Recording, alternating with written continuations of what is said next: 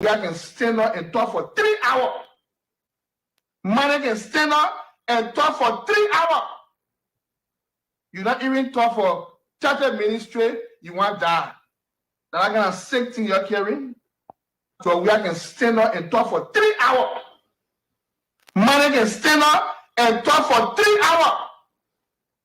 You not even talk for church ministry, you want to die. That I gonna sick thing you're carrying. So we can stand up and talk for 3 hours.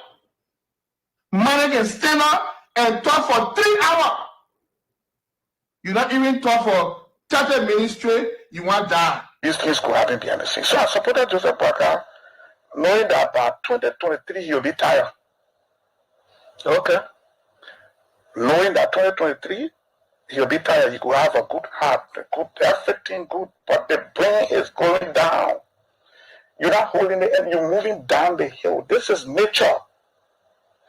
My father, right now, I buy him paper. Every day I gotta buy a paper. There's a man who bought me paper before. Mm-hmm. I'm buying paper now because the time has reached. So I thought the old man could be president in 2017 and run for this. And he himself said, he said, when you run for one term, he himself said it. I agree with him. 2023, no, I disagree. In my mind, he should rest, find somebody else. I'm not sick thing you're carrying. Those who wrote the speech, I was not sure that the bishop should come. In inauguration day, everybody happy. We are rejoicing over the defeat of the old regime. We are rejoicing for the effort to bring a new regime. Then we sit down with happiness. You go write paper for that 79-year-old man. He's struggling to read. Then you go there, I will tell you that nation, I will tell you US, I will bring one for you. Because you think one for you. By the time the old man was reading, when he got to the place,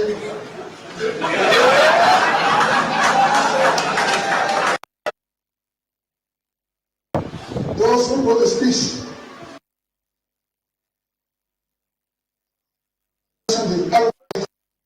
we are rejoicing over we are rejoicing for the effort to bring a new regime.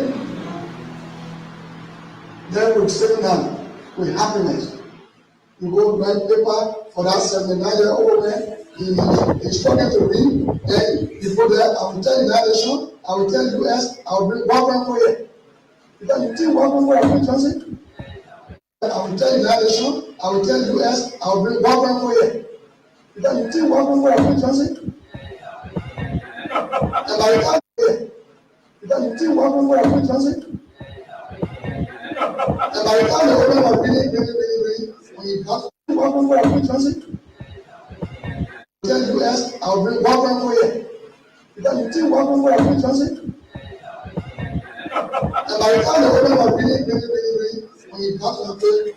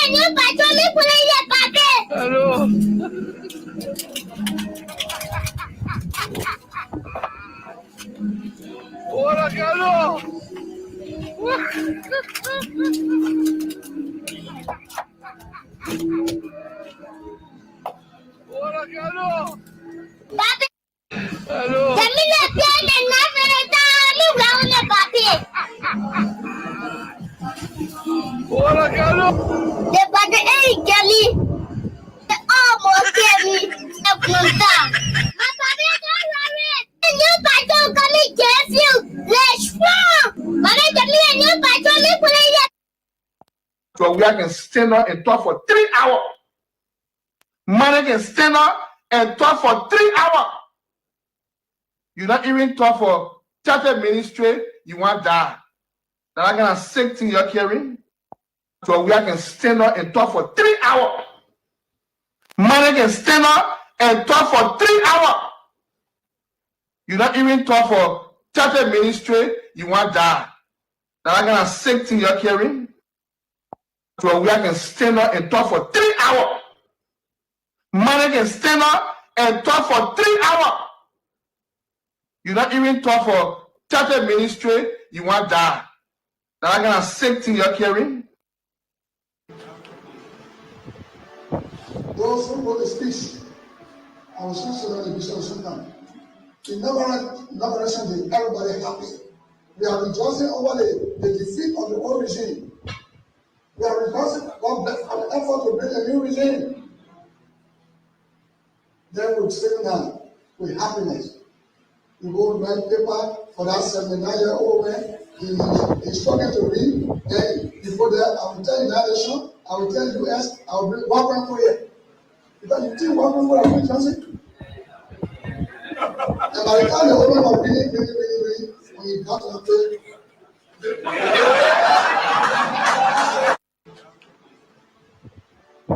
those who wrote the speech, I was listening to the Bishop Sultan. In Liberation Day, everybody happy. We are rejoicing over the defeat of the old regime. We are rejoicing about the effort to bring a new regime. Then we sit down with happiness. You go write paper for that 79-year-old man. He's struggling to read.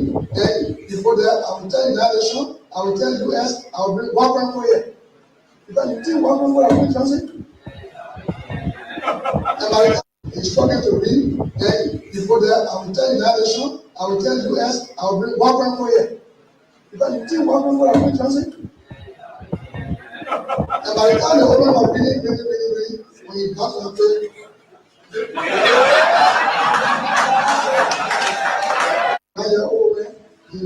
he's struggling to read. Then you go there, I will tell United Nations, I will tell US, I will bring weapon for you. Because you think weapon for a Johnson? The old man, he's struggling to read. Then you go there, I will tell United Nations, I will tell US, I will bring weapon for you. Because you think weapon for a Johnson? And by the time the owner was reading, when he got to the page,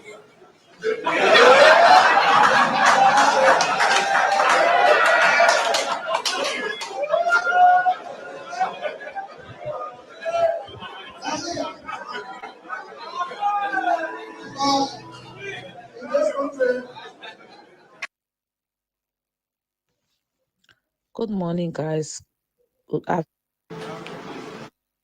So we can stand up and talk for 3 hours. Man can stand up and talk for 3 hours. You not even talk for charter ministry, you want die. That I'm gonna sick thing you're carrying. So we can stand up and talk for 3 hours. Man can stand up and talk for 3 hours. You not even talk for charter ministry, you want die. That I'm gonna sick thing you're carrying. So we can stand up and talk for 3 hours. Man can stand up and talk for 3 hours. You not even talk for charter ministry, you want die. That I'm gonna sick thing you're carrying. those who wrote the speech, With two phones, insisted that US were in the way. It's true, I take it. The reason I took the item from the EPS, man, like, oh, man, to send me on the operation to do it. My friend, boyfriend, nobody arrest me. When I took the EPS, man, one was in suspect for in the hotel. The man, to a girlfriend already waiting for me was that child, the weapon laying in here. I get the weapon too. And the truth, I telling you, I say everything. I never read police charge, the officer chest, and you print one paper, and the paper they put a child let me call him lawyer, he get a paper to him lawyer. The reason I came across the EPK, I never know the EPK in my whole life. That they see they encourage me on the EPK. I was sitting to him to a place. He tell me say the EPK say he like me, so he will put me on the operation. Anything I want to make, I should take it a minute. I will make money or after. So that when I took the man, I get a con to him, and I let my friend make me to know the boyfriend, and the boyfriend make me to know the EPM. That you are, I get connected to the people. They won't say me. Get a con to one friend. It's a motorbike cycle. But he know the place, he know the ball. When the officer said ask me to the police station there, lawyer was there. Then he tell the lawyer say he know the ball are in front, the ball can't eat out to back. So that child and the lawyer put gas in the car. He know the man, but after the man come to the station, I never do that in my own name. I tell you and I regret it. It's just a mistake. And before they get put here, when we went to the police station, I was even begging. I said, oh man, to the tina go fire. We get talk to school, the place la for air, we go retrieve the man from the EPM, what we tell the art to let them. I don't know the EPM personally, only that what we tell that connection. I know it. That you want me to, I know the EPS man. And he said the EPM man, I'm friendly, he can go into our face and friendly with all of them. And I see that he even get me in the face, we go walk around, trying to the president area away. Get me on my first time to enter in the face, carry me there, and not my one, me and girlfriend carry there. My parents in Kakatampa, I was super my mother passed away, and my father half here, when he lives in Pagopi. I was now with my parents when they said they have our in Canada. That Canada they go arrest, but when they think have the president arrest me, the EPM man, there's friends to own us. For me, I never knew, say, let me friend with people on us. That you Facebook, I try, they get me. I escape. I go by road, I always go by road. I'll come in, I see me, transfer me to come back. The reason I decided to escape is my friend boyfriend, what they call. But you are not one for Elan. But if Elan blow, if I eat a bro, I will call him. He was not the one who paid my work. But you are thinking like to say, this Tunga will never see me, or they come, nobody will come to see me again. And I said, how I was thinking that the way I escaped, I go on outside, like I will never come in to be fun. If I tell you things I did in Bagan before you were born, you will feel discouraged. We were the one that's feeding chicken here. But today I can't do it. I want to be honest with you people. I don't want to tell you people fairy tale story that your woman and do something. I'm being honest with you people. You said during the UFO days in Bong, you were one person who used to steal chicken. I'm proud of that too. And today coming back to tell the Liberian people that you want to have an elected position or occupy an elected position, don't you think someone may refer to you as an old criminal? And I knew one of me, I would take it. I did it at that time, so I cannot dodge. But what I'm telling you is this: I have been refound, not only by myself, but by God alone. But being refound, don't you think you still follow? This is a political era. Like you can Let me remember. tell you something. If you want me to lie to the people of this country, then I will not do it. I'm telling you factual story about me. You didn't force me to tell you. I'm telling you something about me. I want the Liberian people to listen to it and be able to vote for me. Look, Jesus Christ himself said, only the criminal will be able to preach the Bible and understand it better. Okay? Why do you think Jesus made that remark? Because he knew there would be criminal in the world. Look, if I go to steal chicken today, you'll put hanger on me and parade me in Bagan. Are you making this statement to get the vote of the young people who these days are called Zogos and Zogos? Or to maybe seek forgiveness? Let me tell you, I'm making this statement to identify myself and where I come from, the struggle I went through, so you can build your life from there as younger generation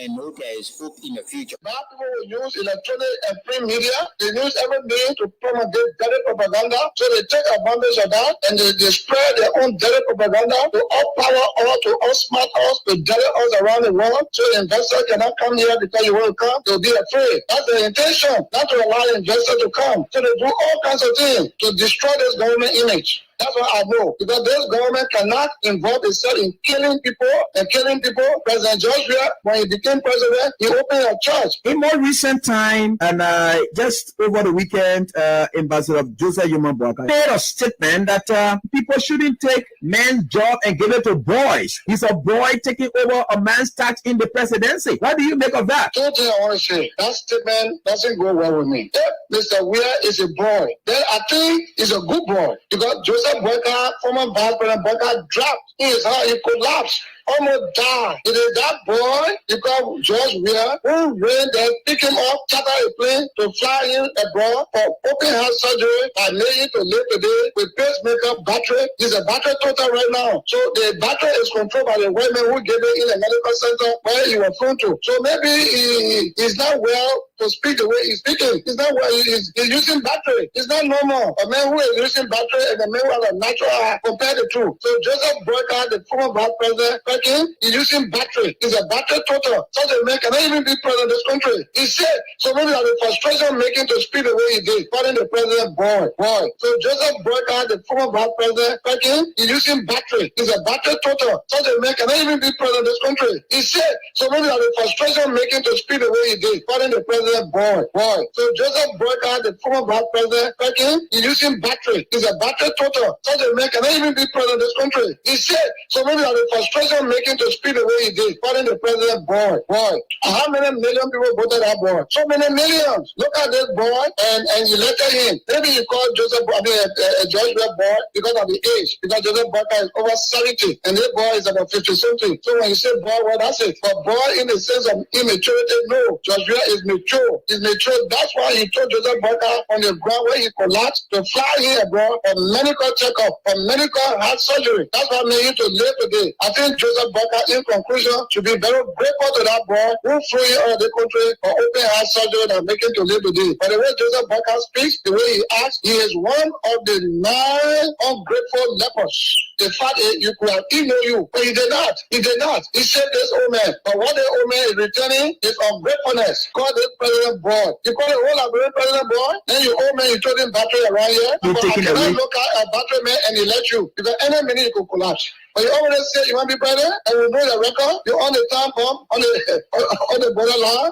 Just sitting and laughing and reading the comment section. John Baloo said, the reason why he's in this is to save the state and save Liberia. But Senator Baloo was senator when in his country 5 wonderful Liberians gruesomely murdered. The bodies were mutilated. He didn't say anything. A colleague who was then a senator whose name is enshrined in the TRC report, whose testimony you can find everywhere, that allegedly Kara is massacred on the Kabbalah River, became a senator from in jail. He came from jail. That case died in Maryland. Senator Baloo was senator. Senator Baloo was senator when King Juba was killed. Senator Baloo was senator when the Fula man was beheaded in River G. Senator Baloo was senator when the 17 young men were killed between Lower Magidi and Grand Bassa County. Senator Baloo was senator when one of the people who funding all of this effort was giving Intergenetic Hospital money and squash car to lobby for him to move on traveling ban and access free. But today, he said he wants to save the country. Senator Baloo was senator when Bridgeway from London came to do prospect in Liberia. Senator Baloo then got vehicle and money. Baloo la violent senator. He thought of saving Liberia then. You know, sometimes some people sit on a particular platform, and this is the reason why the argument is going to get big this few times. Because look, there's some. I don't think I can do this. It's against my faith. I don't Augustina. want to do it. Augustina. Yeah. You can't put me in any situation that I can handle. Don't do it to me. You can't put me in any situation that I can handle. Don't do it to me. You can't put me in any situation that I can handle.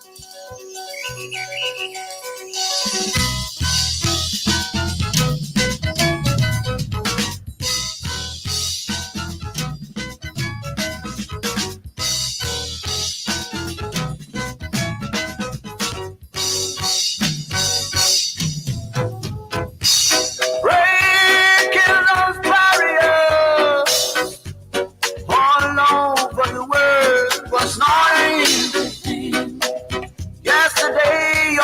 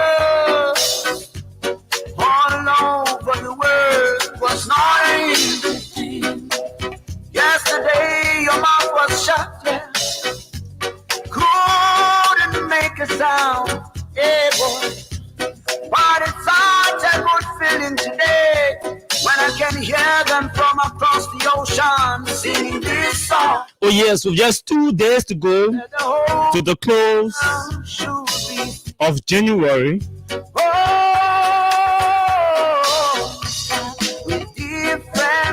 The pages are smiling because of posterity.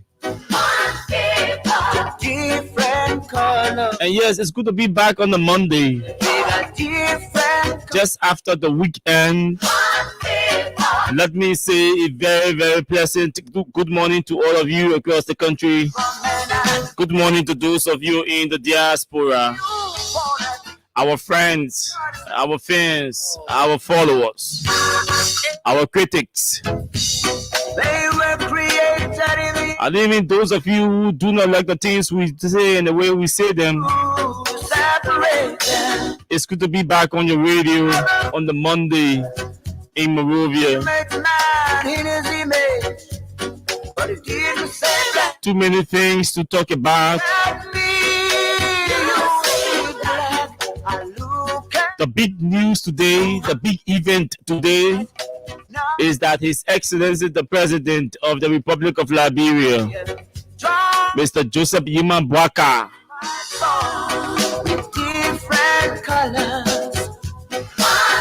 will walk into the legislature today to deliver his first State of the Nation address, to present his agenda to the legislature.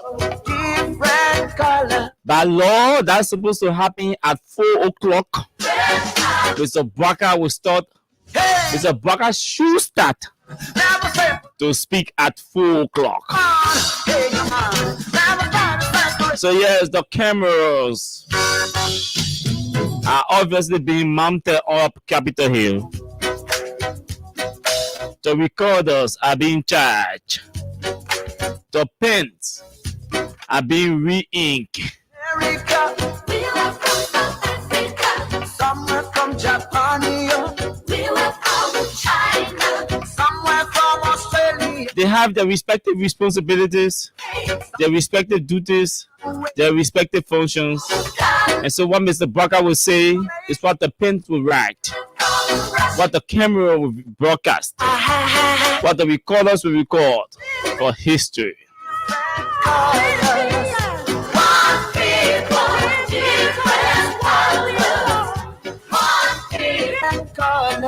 Over the weekend,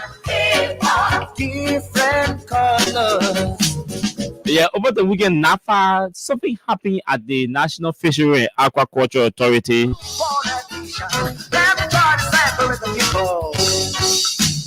That I don't think we should just allow it pass.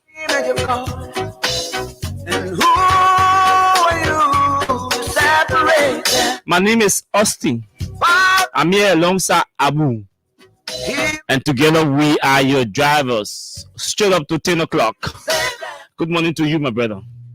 Pleasant good morning, my dear brother. It's good to be here. And I'd like to say good morning to all of our followers, those of you in the diaspora, and of course, our good people down across the length and breadth of the Republic of Liberia. It's a wonderful day. Too many things to talk about, like you know it. Lots of things happening.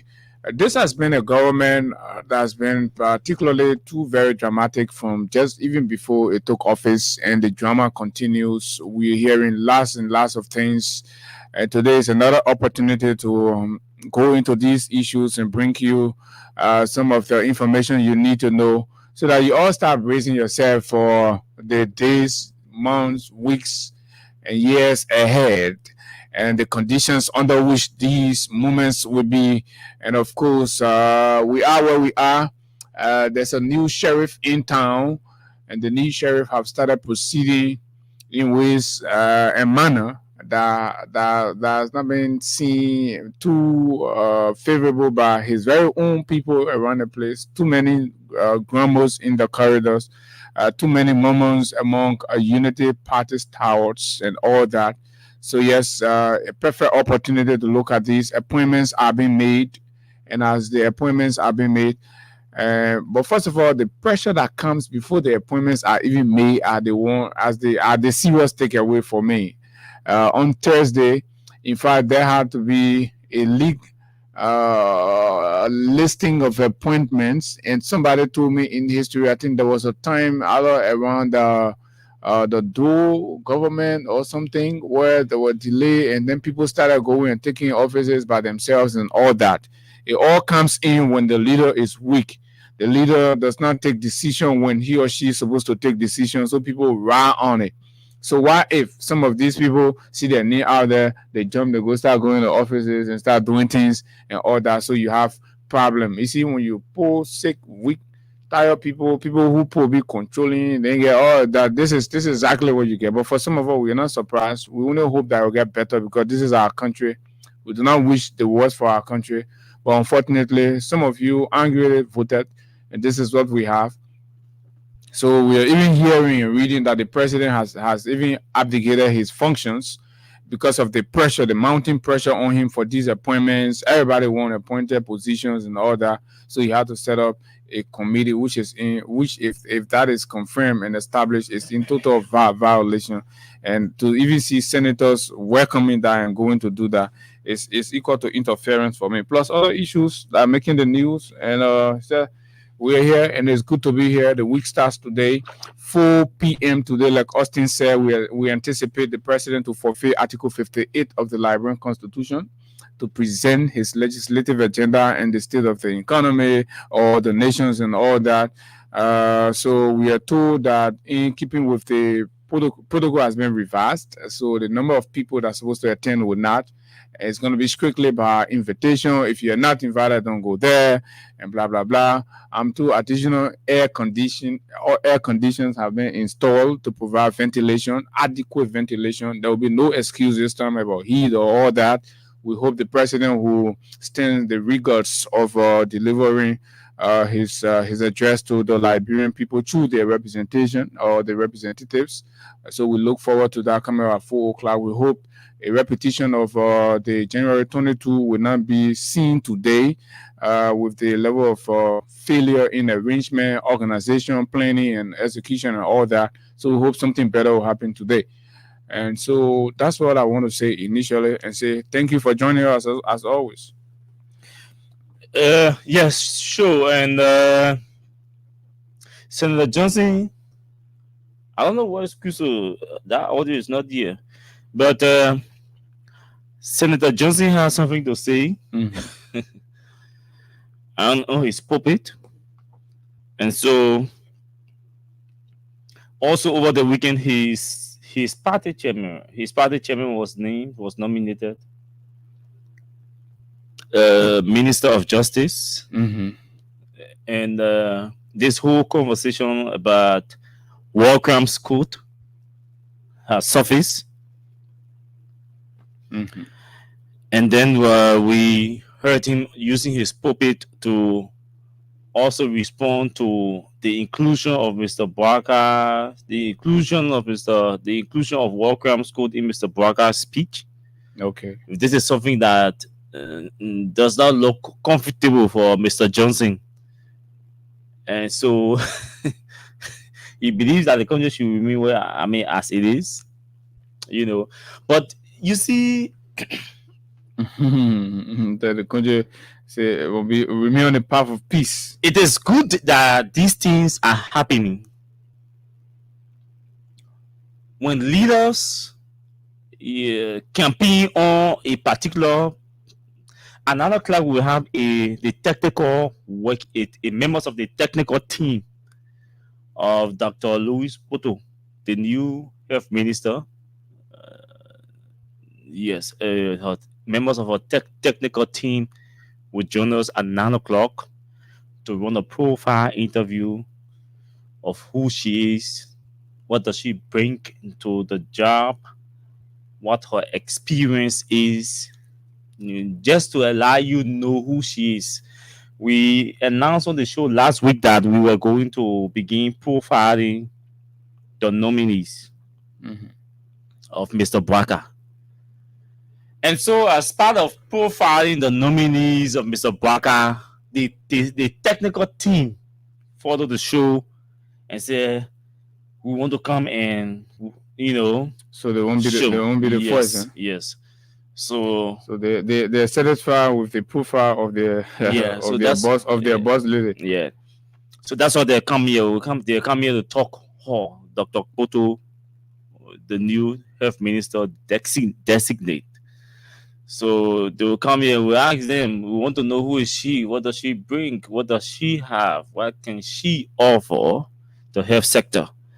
And so today we give privilege to the health workers across the country to call in and also And have if your you say on the issue. if just in case, because the line can be so busy, if you Yeah. can, but you have something very very genuine, you can just pass it to either of us through our numbers, and then we will put it before them. Sure. Maybe And you let's have see question whether or, that concern. technical team is really as technical in terms of of understanding the details of what they're coming to do. Sure. So those of you with concerns about the new health minister nominated by the president, you can communicate. You can just pass them on to us, maybe through our WhatsApp or Messenger.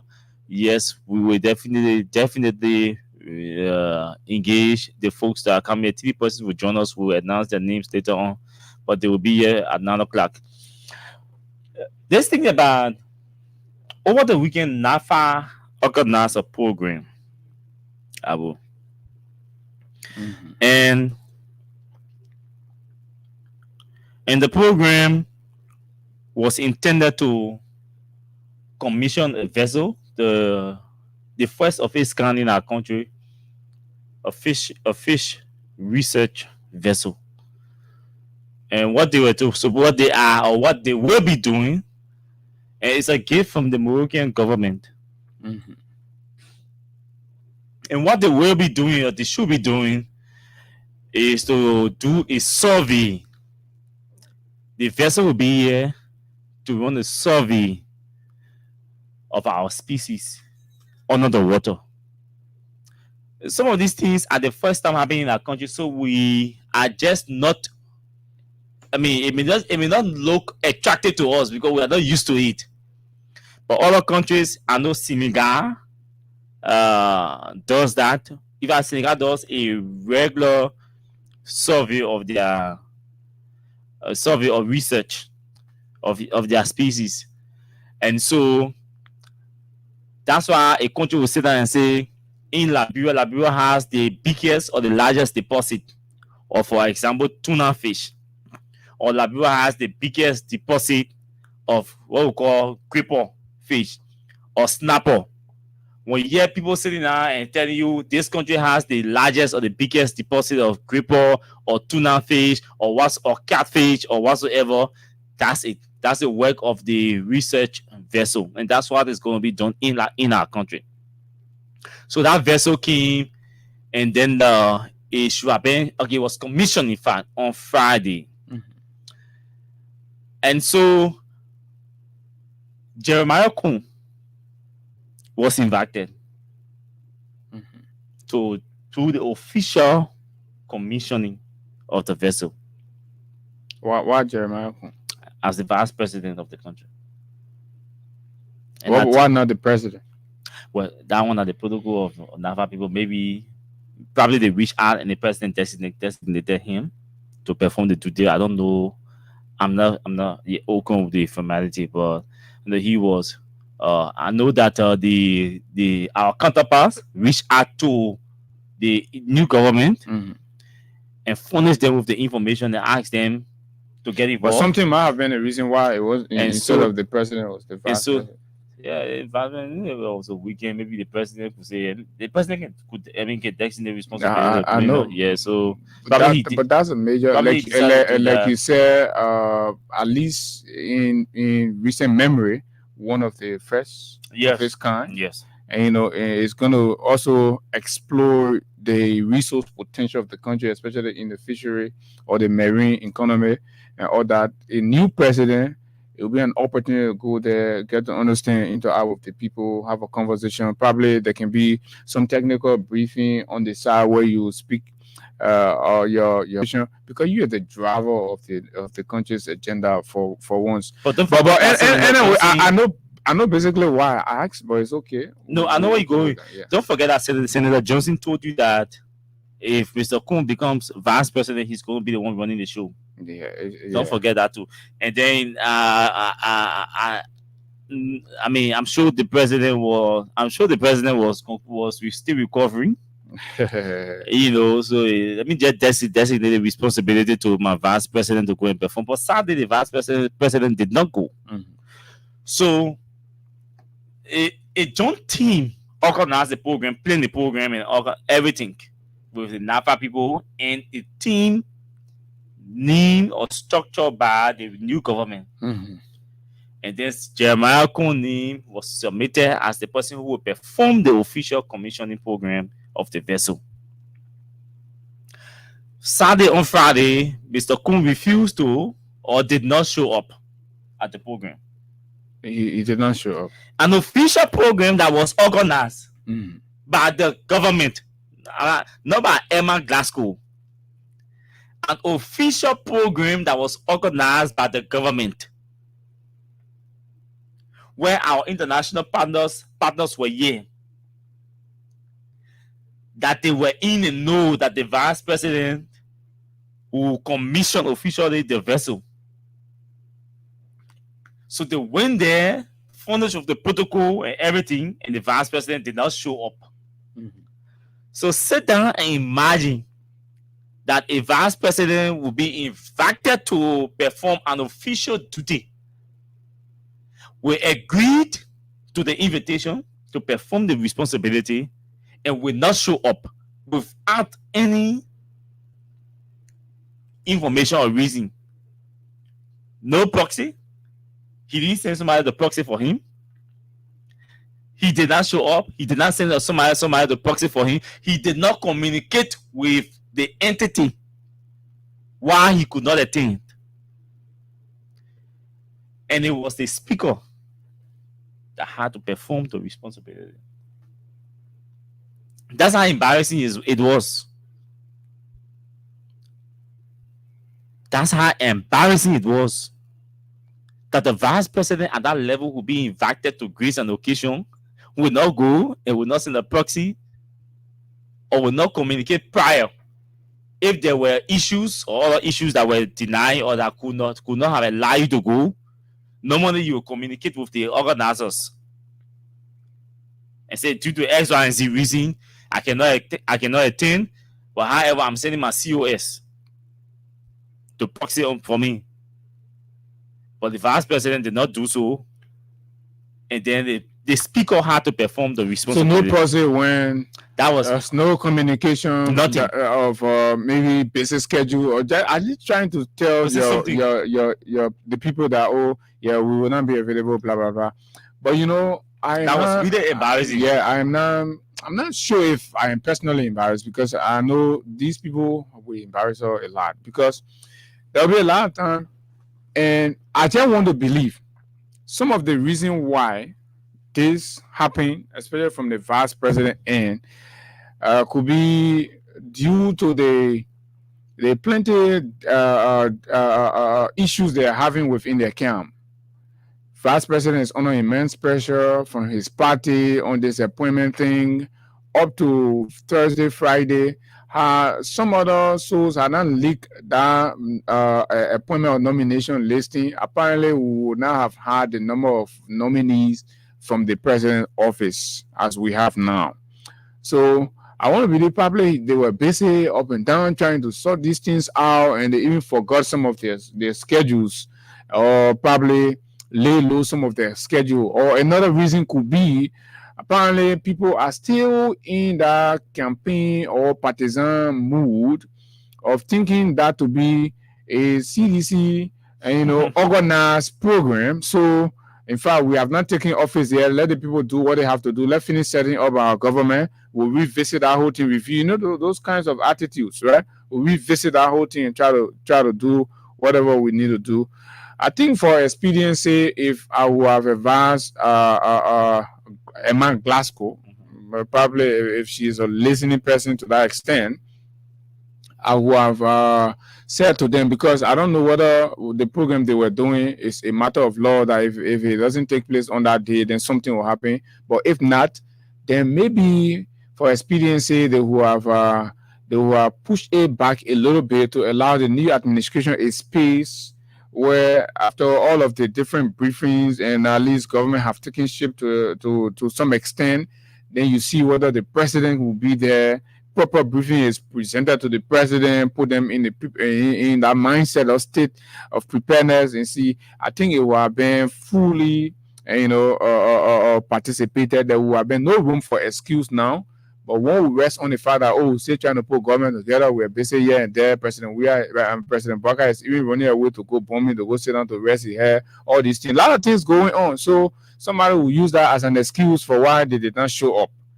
But I would have technically advised Glasgow. So, madam, this thing here, I know everything, all the paperwork has happened, and it will happen for Liberia.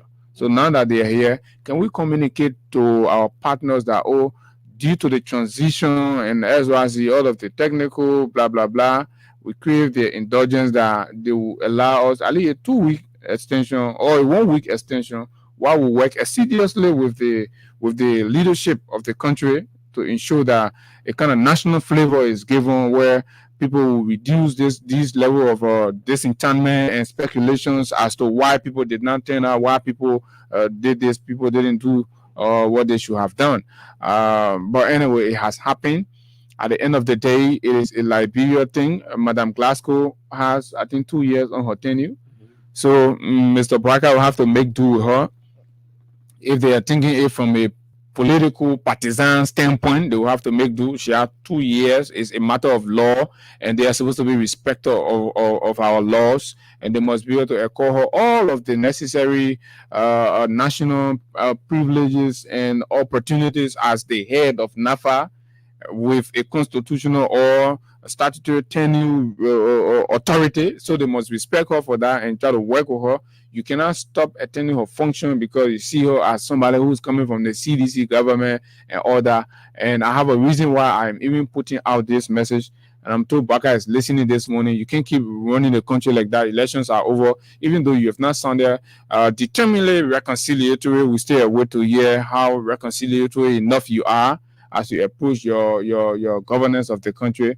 But it's important. That's my only thing I can say about that. Maybe letting it to wait a little bit who have helped one way or the other. Yes, sure. So we just have to raise that so you know what's happening. Government is continuity. So you can say because Emma was appointed by George Weah, so I'm not going to the program. When the program is a state function, your foreign friends' monies are into this project to bring a vessel to your country. Cheap thing. That's huge. $1 million investment in your country to see a fish vessel docking into your port for the first time in your country's history, and this is happening under your regime. It is something that you're supposed to take pride in, be proud of and own it and ensure that it works. Because if it works, yes, it was initiated by Mr. President, but the operationalization of it, that credit goes to you. People will say, yes, President Sharif, government, they acted the NAFA thing and all of that, blah, blah, blah, but they did not operationalize it. Mr. Weah came and operationalized NAFA. So under Mr. Weah's administration, negotiations were held and all of that. They secured a deal to ensure that research vessel come to the country and conduct a comprehensive research on our species in the water. So something that will help us to know the quantity of the different types of species we have on our waters and how potential are they. How can we sell the potential of our species under the water, and how can we make money from that? Because it's paying all our countries. So it is something. If Mr. Baka really wants to take his government's budget to $1 billion, you cannot ignore the fisheries sector. It is huge, heavily potential enough to contribute to the $1 billion budget that you want, that you wish you could, raise our envelope to. and then you sit down and Definitely. say we're not going to participate because it is not our making. So it means that even the RIRO who might just not see additional works going on the RIRO because it is not the UP's initiative. Then he should face another role and be using that one. So it means the vice president, I mean the president will have to move from rehab because the rules that are there are not the initiative of the UP or the electricity he's using. You know, did not come through the Unity Party, so you will not use you should disconnect all the disconnect the electricity disconnect very difficult because I mean I even heard that he's contemplating relocating from rehab because he does not want to share neighborhood with the outgoing president or that. That sounds a little childish to me, but assuming even if you want to disconnect yourself from everything CDC managed to achieve, then you gotta start doing plenty. You can do that because that's not patriotic, and people have a lot of conviction about Mr. Bwaka's patriotism. Even though there are some of us who still have question marks, you know, doubts, but the fact that those number of people went to the ballot box and voted you, it means their confidence, they vested their confidence in you. And you know, so you can say oh, your vice president should not be telling people I can't go there. People should not even be advising you or your vice president not to attend a state function under the authority of an official that was nominated and appointed subsequently by Mr. Weah. That's not a good sign. And if you really mean well for this country, I think Mr. Bwaka, you need to reach out and and fix things. Because this is going to be your project. The same way they turn the marshal key over to you, that's how NAFA has been turned over to you, MPA turned over to you, LPRC turned over to you. So you have to own it. It is you now. It is your project now. You have to own it and ensure that it works. If it fails, it goes to you and on you. If it works, yes, the pride goes to you. That's correct. So you have to own that. That's correct. And so nominations were made, and eyebrow have been raised on a few of them. They pick for the Minister of Gender, Children and Social Protection, right? I mean, reports have inundated the airwaves and, of course, the social media about her involvement in some clandestine management of county resources, county money, Montserrat County money, especially when she served at the Ministry of Internal Affairs as one of the deputies for, operations. Yeah, operations. It's a point to consider by the president, and I think it is a ground when there are no sufficient proofs of public exoneration from the act. I mean, that is a sufficient ground to withdraw her nomination, right?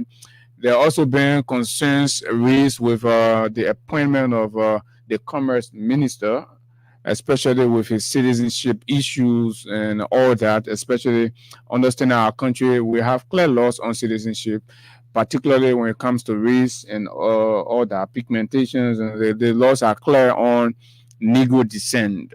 To be a Liberian citizen, first and foremost, as ensuring in our laws, is that you must be of a Negro descent.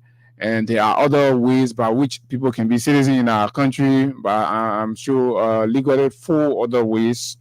And besides the natural born Liberian citizen, all other categories of citizenship will have to take steps to qualify their citizenship. So if Mr. Muda falls in any of those categories, he has to prove to Liberia that he has taken the necessary legal step and, to qualify his citizenship under those criteria. Anything void of that means Mr. Muda, then the questions about his citizenship are genuine, and we hope that President Bwaka will look in the direction, irrespective of the relationship.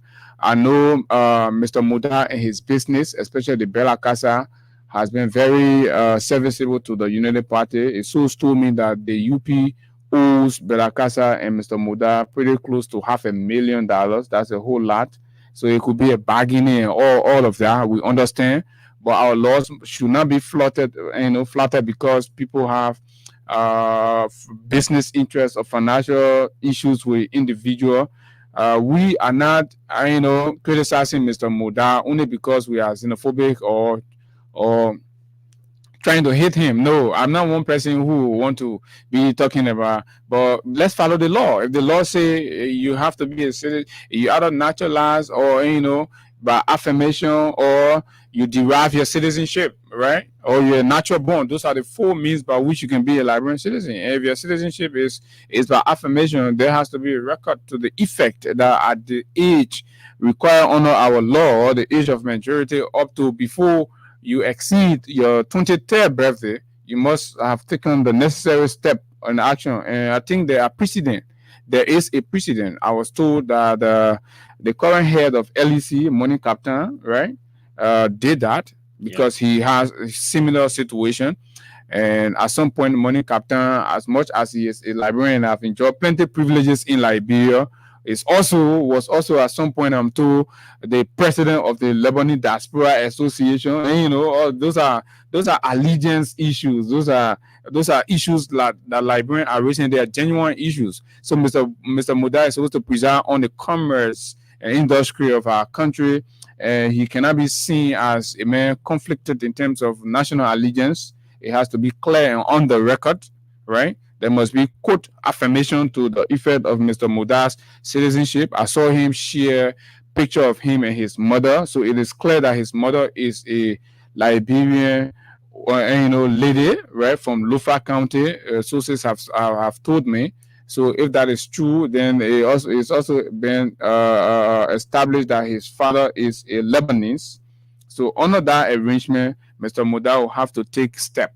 So we do not know if Mr. Muda is sure that he went to the court or to a council in the Republic of Liberia, right, to declare, his citizenship for Liberia, a preference for Liberian citizenship, then he has to make that clear. If those are satisfied, then of course Mr. Muda is a Liberian citizen. But if those are not satisfied, then I'm sorry, he's not a Liberian citizen because he has not completed, the process and the requirements of being a Liberian citizen under his condition. And this is something that is very important for us to look at. I'm trying to get the Constitution to read Article 58 of the Liberian Constitution, which is very, very important for us. There's this debate ongoing about Mr. Bwaka's appearance to the legislature today. Some are arguing that it is not illegal for the president to sit and deliver his address. Some are arguing that it will be illegal if Mr. Bwaka is allowed to sit and deliver his address. So we want to see what Article 56 says, and also what the rules of the House should be.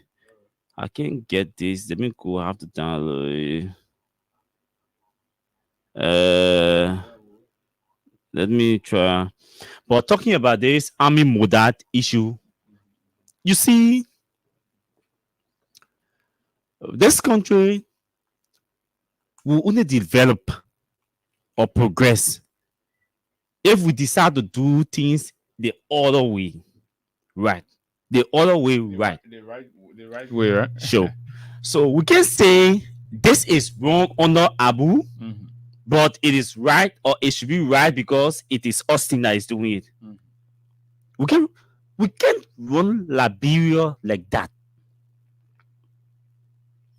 Army Muda has been in this country for years, decades. Married here, born children here.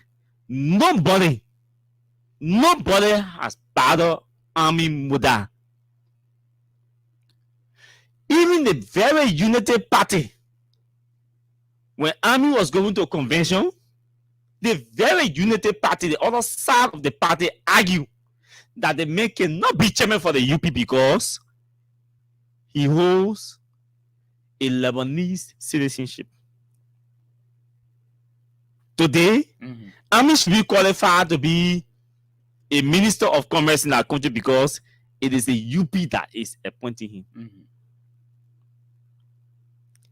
But the very UP is telling us, under Mr. Bwaka, that this regime will not be business as usual. Hope you're getting the point. Mr. Bawka said his regime will not be business as usual. Business as usual means plenty things. Nobody may be holding position in our government. He's not a Liberian. If Mr. Muda wants to work in this country as a Liberian citizen, our laws require how people can acquire citizenship. The allegiance issue we are talking here. And trust me, the other day we were having conversation about the president having the power to nominate people. Well, we even say, even if Mr. Bawka wants to nominate a dog, Mr. Bawka can go ahead and nominate a dog. Yeah? That dog must be a Liberian dog. But the Senate has the authority to vet that dog, to know whether that dog is a Liberian dog, or a Lebanese dog, or a Sierra Leonean dog. That's the responsibility of the Senate to do so. But the fact that our president, who is supposed to be the first in line to start implementing the Constitution, will be seen in a public glare, flagrantly violating the Constitution and disregarding the opinions that are coming from people who are supposed to help in the governance of our country. Disregarding their opinions. That's how leaders feel. I mean, Muda can work. James David, I think James or John, the father. John. The father is James. Yeah. That old man never sought job in government. Or not Eddie. Some of you who do not know or may not know, James David was the chief lobbyist for President Sirleaf. He made millions in this country outside of government. Only used his affiliation of Emmy, and he made millions doing businesses. Today, he's satisfied. He's not well known by many. Not too much noise behind him. At times, the decision we make, some of the decisions can force us to question people's reasoning. Muda can survive in this country without government job. Oh yeah, certainly. Why are we making this thing to look like Muda must be a government official when in fact he can do better, far better outside a government job? They feed the OA to Muda, yes, and they got to pay because most of the young boys you see on Facebook trying to Muda are people Muda has reached out to give money peanuts in the pockets. So they are prepared to play blind art to the law. And we can do that because Muda been giving them hand out saying, "Oh, Muda will be." And you Liberians, especially those of you that are working, store boys and store girls and domestic workers around that have been complaining, oh, Lebanon do that. This is not trying to be, something, but it's a fact, right? It is about time. But we're told that even the Lebanese people, the community is not pleased with Muda's nomination. Yeah, but what because they feel threatened by his nomination. Because Muda indicated to them even before the nomination that he was going to be picked. It was clear Bawka was resolute on that, no matter what, because of some of the financial and business issues. Yeah. So the Lebanese started flooding to Muda area. All of them started going there and stuff, right? So you Liberian, you sit down there, you let the UP boys to come control you, and this man with his conflicted identity goes and preserve that place. You don't open your mouth and be talking, say, oh, let me go and take all the RPD, let me go and do this and not do that. This is about time. So all you have to do, on the day what the Senate will be confirming Mr. Muda, you gather to the place there, those are your representatives. Vent your reservation. Tell them, don't listen to UP people. Y'all go there, they think who coming here out here. Y'all go there and tell them that if this man is instituted for the benefit of the Liberian people, you are not pleased. Y'all in the comment, you are not pleased. You don't want this man. We got plenty of other Liberians here that Mr. Bawka can nominate and appoint. And clearly, the only reason Mr. Bawka has nominated this man is simply because of what he has done for the Unity Party and Mr. Bawka. And it must not be because of that, right? This man is clearly a businessman. I let the man say when he gets confirmed, when he is the minister, he will kind of resign from all of his business venture and all that. I mean, save us that crap, right? And when you resign, it's all the time you say you give it out, right? You resign and put a woman in charge, right? Understanding this country, it is a smart Lebanese attempt, right, to have that his businesses benefit from all government contracts in this country. And you'll sit on there, your mouth will be dragging in this country, then people will be justifying. All those that are justifying Muda's nomination are people who have benefited from Muda directly. And you know what? We will not take money in this country, right, and sacrifice the welfare and well-being of Liberian people.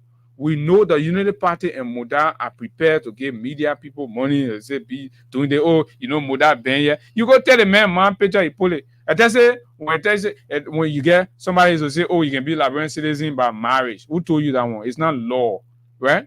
Go marry all the Liberian women in the country. When you do not fulfill the legal requirement, you are not yet a Liberian citizen. The thing that law is there. You just need to be teaching it in school so the children will grow up knowing these things. No, some of these people know these things, but they intentionally violate the law just to appease their personal feelings. That's what they do. Mr. Bouaka is familiar with the law. Mr. Bouaka knows very well that Muda is a Lebanese man. Yeah, I know some of these people may argue that, this is not the first time money captain, but we can't keep doing it over and over, right? Money captain, Lebanese man, the diaspora Lebanese community. Yeah. He goes annually to the Lebanese embassy for their annual events. Yes, he's a Lebanese man, but we know these things. But does it make it right? If you feel comfortable with Liberia and you want to be a Liberian citizen, you want to work in our country, especially at that level, then you take our citizenship. Simple. You denounce yours and take out and assume citizenship in the country. But you can't be a Lebanese man and we send you at the Ministry of Commerce to be minister. I don't find that comfortable. And it's important that the senators. It's important that the senators, because mind you, we may say, let's shift all of the responsibility on the president because he makes the decision. The primary decision comes from him. But the Senate reserves the right to do proper evaluation to make sure the candidate is suitable using our laws and their own standards to determine the suitability of that candidate. And this is where, you see, these are things I think people that are mountain men to be talking about. If he really wants to be an advocate and not a politician. No, the people who were talking about it, Austin, the people who were talking about it, Joe Baka didn't call us and pull the run away. John Molu has said that appointments in government will be engineered by a thorough vetting, rigorous vetting, and merit-based evaluation process. People in the cycle of Mr. Bouaka were unwelcoming of that. Yeah. Because they know they have particular commitment to certain individuals that may not pass that test of scrutiny. So, of course, what they did is to ostracize John Molu, and John Molu has left. So now Mr. Bouaka has left now to fulfill his promises, which may not pass through any thorough, rigorous, merit-based scrutiny. And that's how he is appointing anybody. Look at the mayor appointment. You have about 3, 4, 5 people that genuine concerns have been raised with. Even though we are hearing one for the pick for the Ministry of Justice, something we've spoken to other actors, and it's being seen as a witch hunt attempt by elements from within the Unity Party cycle. So because they have this resentment that he's coming from the Prince Johnson side, and they don't want him and all that. So they're concocting, these kinds of attacks on him so that he will be denied. But part of many things he has done, Kopokra, with everything you want to say, he has been there for the poor people. A lot of poor people have said, as a lawyer, he really don't have problem pleading on people's behalf and all that. So there are the positives there. But the conversation now, because this man was once confirmed by that same Senate for post and telecommunication. So the merit that was now found in any case then, that cannot suffice now.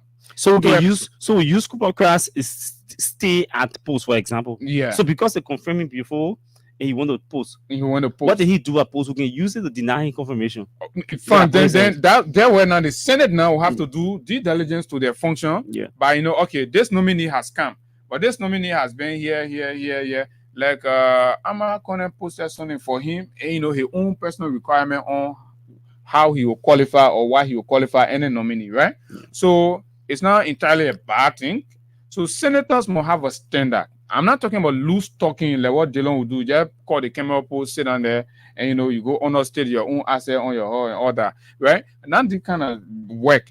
But where you have a standard on, okay, for example, these are the qualities that I will look for, I will seek to inquire and satisfy before I can vote to confirm a nominee, right? And that will have to do with what the nominee did in their previous service. Then you start to look at Kupakra at Post and Telecommunication.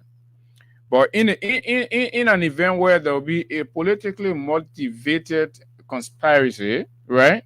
Using the media and all that to blackmail and all that. Because if you start to have problem with the man only because he's associating with Prince Johnson, that's my problem.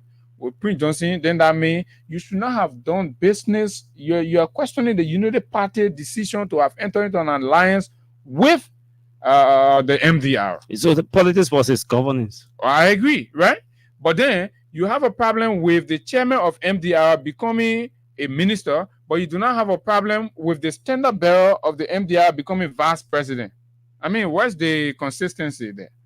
So, I mean, it has to be thoroughly evaluated. We have to look at it, and so that we are not entrapped into the whole issue about people witch hunting people and going after people's character and besmirching them only because they do not feel comfortable politically with them. Kupakra has his debt.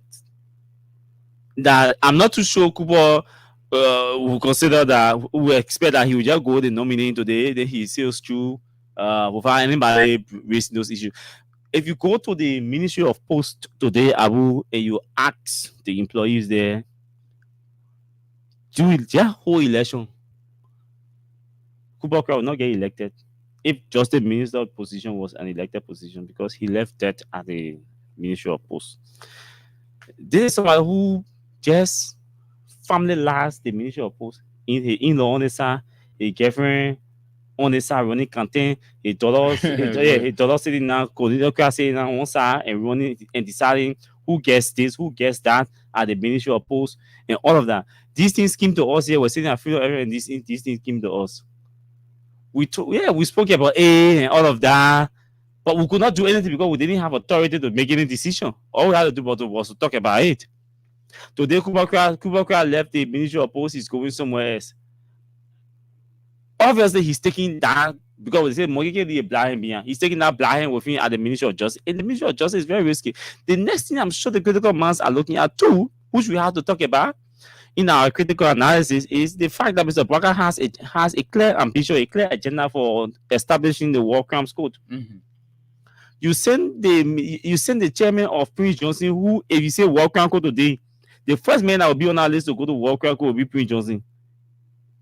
Kupakra was with Prince Johnson when Samuel Doe was killed in this country. That's how long their history, their relationship is. You're taking and sending to the Ministry of Justice. So in a case where the legislature sit down and say, okay, we are enacting a law to establish the War Crimes Code. Mm-hmm. To get a formal last, operational last, I'm told by a lawyer that it requires the Minister of Justice advice and to some extent signature. And you think at that point, right? At that let me learn. Okay. So the lawyer said, as the Minister of Justice, the government will have to be advised by you on the implications. Mm-hmm.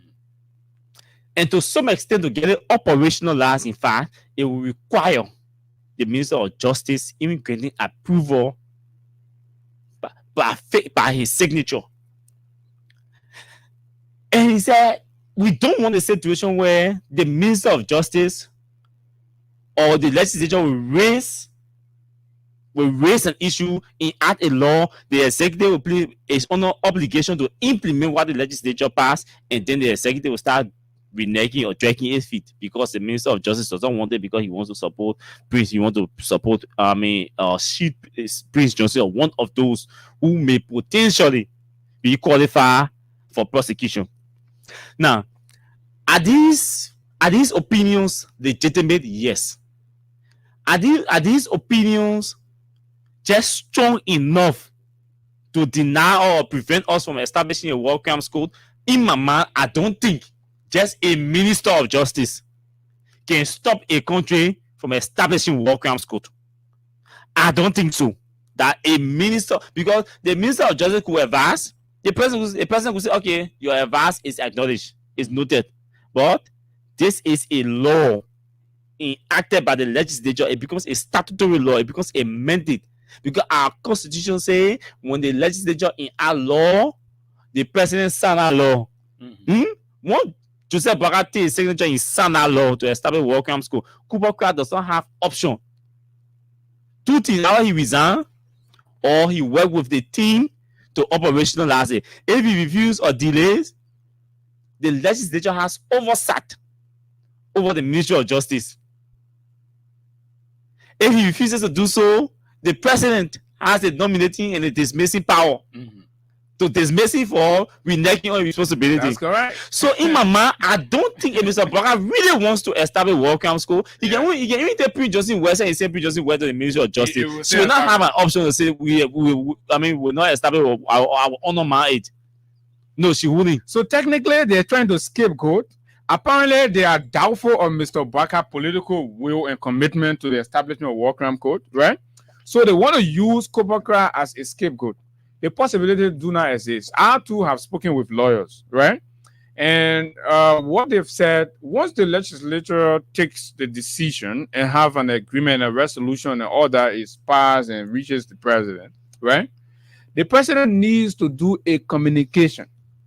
And even without the legislature, but when the president do a request with the ICC to prosecute crimes against humanity in Liberia, right? The ICC does all of what she has to do, right? Makes all of the approval. Then the president will thereon make his communication with the Liberian legislature, right? Granting the authority or the approval or whatever has to be done and all that. The justice minister, just by that singular action of the president, is under a mandate. Kubwa, as Justice Minister of the Republic, is not going to be taking instruction from Prince Johnson. It is naive and limited for anybody to sit in a corner and call themselves a lawyer and say that Kubwa will impede the function or the administration of justice because he takes instruction from a former warlord sitting somewhere. No, not at that level. At that place, at that point, Mr. Crown has his legal reputation on the line, and it is among the highest peak he will attain as a lawyer to be the Attorney General of the Republic of your country in your lawyering profession. It's not something to can joke with. That somebody will just sit down. So I'm saying we can have the conversation about the substantive, reservation on Kubwa, probably his legal prowess, and his performance as a lawyer, his history, track record, and all that, his commitment to justice for everybody, irrespective of your background, your creed, your tribe, and all that. Where a man who will preside over the justice system of our country, that will ensure that there is rule of law, full adherence, and there is justice for all. And he has to come with that history and repetition. But the political maneuvers, I'm careful not to buy into it, because the same people that are trying to bring those things up, where the same people justifying when we're telling them, yes, say Kubwa that this, Kubwa that this, right? They were the same people trying to justify because they wanted Kubwa to take MDR to them.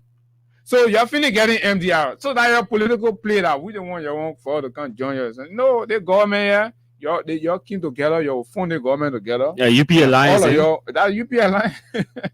So if the man was good, to support you, he should be good to work with you. Should be good to work with you. So you have to accept it. I like that one. But on a serious note, yes, you can look at the other issues, but these are basic issues. Remember, Kubaka is conflicted, man. Yeah, he's just conflicted. But the UP alliance is conflicted. Yeah, for that position, he's just conflicted. No, but the UP alliance. So I don't know how they're going to get you. I'm sure the Senate will confirm him. Mr. Baka takes his personal accountant, who does not satisfy the bare minimum requirement of an accountant to be the accountant general of a republic. I'm told he is not a certified public accountant. He's not a member of any certified public accounting organization, other in Liberia or associated with anyone else. Mr. Baka takes that man and appoint him as accountant general of the Republic of Liberia. And so, if you're talking about conflict, Baka reasoning is even conflicted. Mr. Baka takes a lady who the public records all in newspaper, right? That she established an account where they took Monserrato money, 1.6 or 1.8 million, put it inside, right? 1.6 million. Yeah. They start taking it small. Before investigation conclude, right? The whole money now vanished. Yeah. She has not said anything. Mr. Baka tell and put her there. Mr. Baka takes Dara Dillon friend from America, made her education minister. Careless because Dillon said that he interests Mr. Baka. So Mr. Baka himself is conflicted. So the whole alliance, I do not expect anything, strong from them. So at the end of the day, the only thing I would not want to do is to buy into their political, something when they came together. And you, the Liberian people, who told you that this thing was not good, you still went for it. So now, tell us, like you said, the conflict with Kopokra, because we have to stand our moral grounds as the fourth estate, right? We have to run checks into those ones. And I remember wrote letter here to the beginning. He said, "Well, loving to his wife." Like the public relation officer. Yeah. The man wrote on the Ministry of Post letter here, official letter here, to complete his public relation officer. He said the man loving to the beginning, loving to his wife. Talking about that when my mom went to our man, our father, I said, it's not easy. But we'll carry that picture then to capital baby. What qualification explain? Pack all your dossier then. Mr. Baka will force you to make sure you don't do business as usual. Yourself said it. Morally bankrupt characters. The other one by nothing by coming will get it. Yeah, the man won't be. I mean, I'm calling it. We'll get it. Yeah. So all the men they just parading this. The country got issue. Issue. The people that were insulting other people who were in power are the people today who do not want to be insulted or even discredited or disagreed with. And you think this thing is about, look, the politics are over. It's time for governance. So don't think because we're going to say, yes, there are people in the government that in this government that we will support because we know they bring qualities to the free. There are some that bring no quality. They are only coming to eat and go and have fun. They only coming to eat and have fun. You were criticizing other people around here yesterday. Oh, they mean you go Ghana, you go have fun, you go in the bar, you go to woman business, all kind of things. Yeah. Today you're bringing the same people, but I get see it too. One man said that he married, he said that he do that, he go laugh, talking with girlfriend, take out a trousers, he show you another, he show you to another woman, to girlfriend, he married. But that man won't be cabinet minister. Bringing people into public service. Morally bankrupt characters, you bringing them into public service. Maybe Baka, you got to send that video to Baka. I would personally send that Robert Parler video to Baka WhatsApp. So we want to see the decision that the Senate will make. So Mr. Baka said, "Me, I care less." Where? He said, "I care less." Anybody that supported me, you bankrupt morally. You not bankrupt morally. We will support you. Yeah. Let me see. We will give you job. You give them job. They go to public service. Do you think these guys are going to change when they enter public service? No.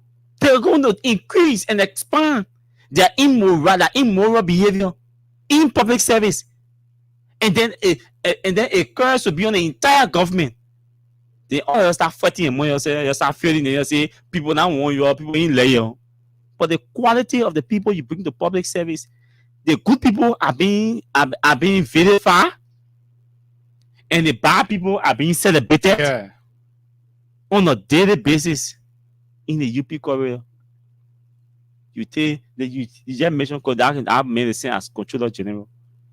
That boy, they got bad financial record to all the places he worked. Terrible.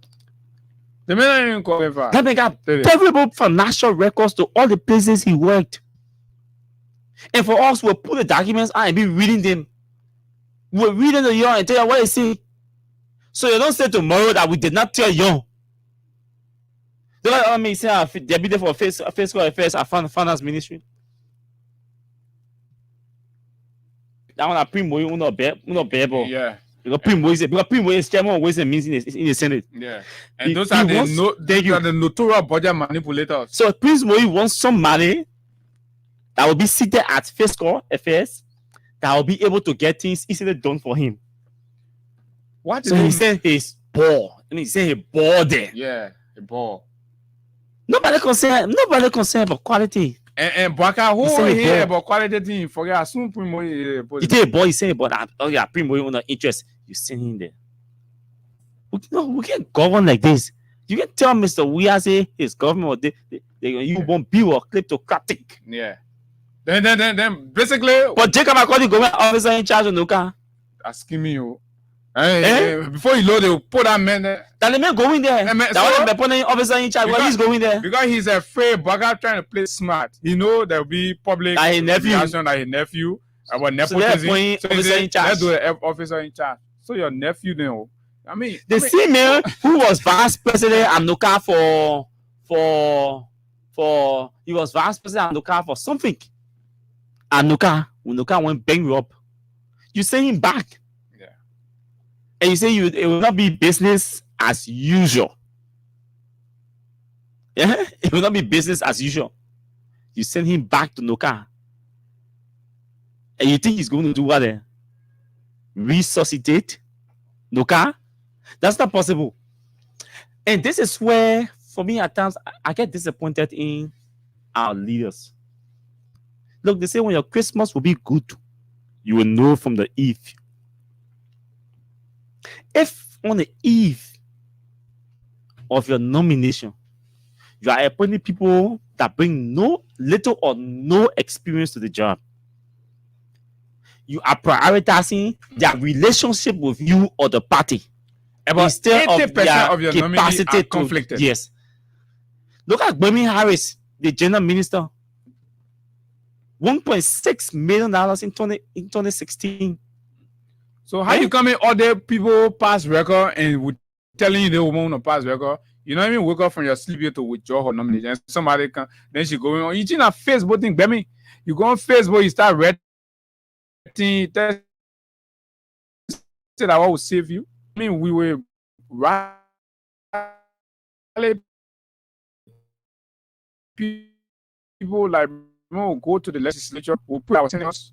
That money was responsible that a lot of projects that should have gone on in Montserrat County did not go on. You will tell us. We are not here saying, oh, Gbemu, you ate the money, but the fact that you allow that money to be put in your name in an account managed by you, right?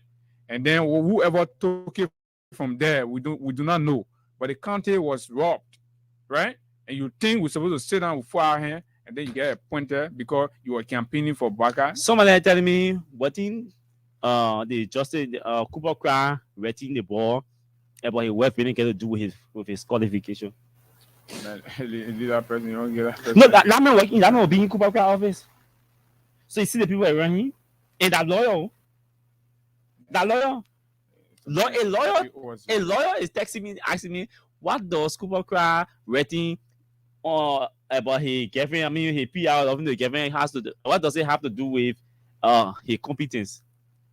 Look, the first thing, an official letterhead of an entity, government entity, that government property, when you use it to pursue your private activity or your personal activity, that's abused. That's misuse of public property. That's abuse of the office. That was being done at the post. So imagine you gave the man Ministry of Justice where the police, all the police officers, ERUP officers under him. You must just get plenty game you run away from the control. Because they were chasing. If the man can go to that extent and write on the entity's letterhead, in anger, complaining that he public relation officer loving to his wife, then you take police and give the man police and give him gun as Minister of Justice? And you think he's not going to misuse or abuse that office? You're joking. You're joking in this country. We told you, we say, hey, some of us, we are not attracted to government job. No. I mean, I've never been attracted to government job. So we now want some. Eddie here, we're behind the microphone. Oh no, Eddie. George Riaki, we're behind the microphone.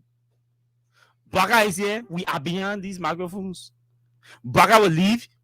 This is our own profession, it is our own career. The same way the accountants will always be the accountants. The same way the economists will always be the economists, the journalists will always be the journalists. So all of us will play our respective roles. So this is not about Joe Baka or UP or George Weah or CDC. It is about the state. The state. You are doing things. They will say Baka may even do things worse than what he accused Mr. Weah of doing. He has already started. He's publicly appointing people, appointing foreigners in the government. He's also. I mean, you can't give the Commerce Ministry to a Lebanese man. But I said, somebody to do what then? All the crying out, business people can be crying about Lebanese people in the country. You don't see it, you bugger. You say you can't rescue the people. You can't put the people in hell. You say you rescue the people. If you are confirmed that I'm a modern man, then I know say the whole bugger thing and that nonsense. Seriously, because you cannot say you're coming to put the economy, you can make the Liberian active in their own economy.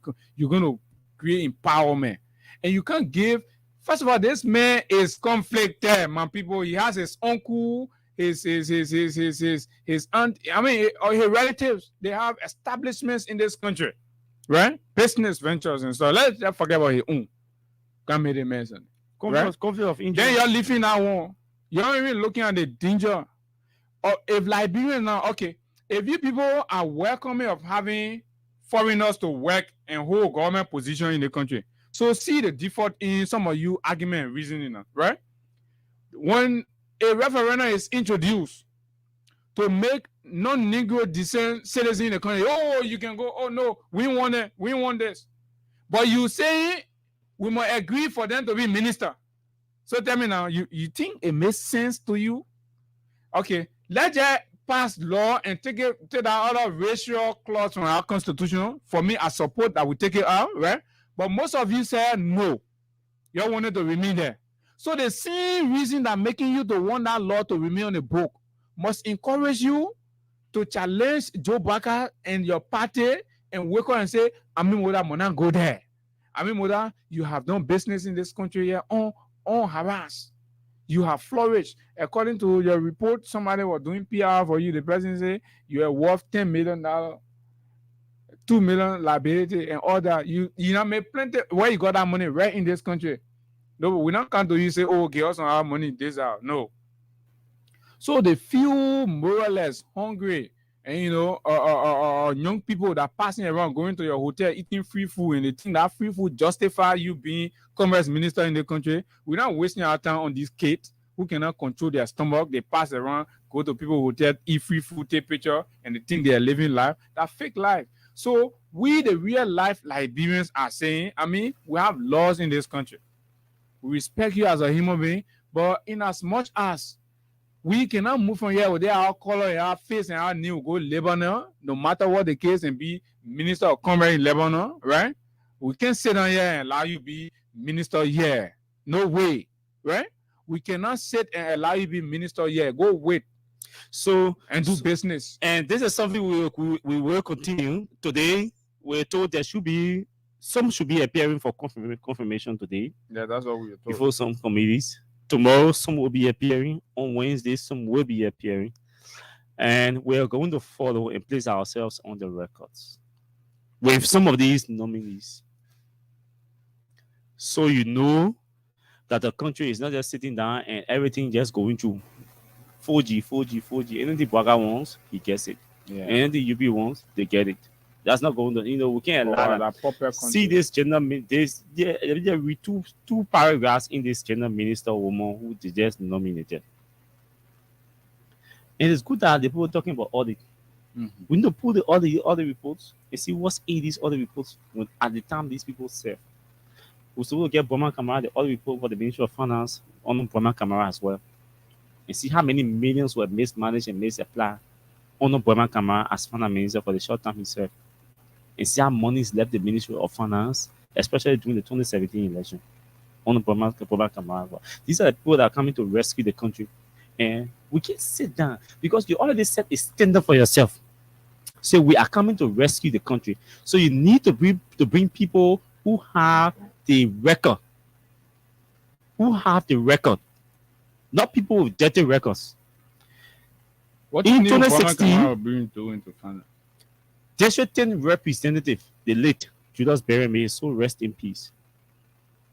He raised and issued about $1.6 million missing from Montserrat County dedicated account. Front Page Africa published that story. And let me read portion of it. Representative Julius Berry, CDC District 10 Montserrat County, has raised concern over what he called missing $1.6 million from the account of Montserrat County dedicated account. The amount was intended for implementation of projects in the county. The account managed by Mrs. Gbemi Horace Colley, Deputy Minister for Operation at the Ministry of Internal Affairs, according to the Montserrat County lawmaker, had an amount of $1.8 million, of which $200,000 was withdrawn from the project implementation unit for Montserrat County. It has been alleged that said account was depleted after a comprehensive and thorough financial reconciliation and investigation were conducted. In lieu of the above mention, I am seeking indulgence of plenary to invite the Minister of Internal Affairs along with Madam Gbemi Horace Colley, Deputy Minister for Operation at Ministry of Internal Affairs, blah, blah, blah, blah, blah. It comes down to saying the depletion of the account, according to him, was impeding the progress of projects and developmental agenda of the people of Montserrat County. But listen to what Florence Brennan said. Florence Brennan was superintendent for Montserrat then.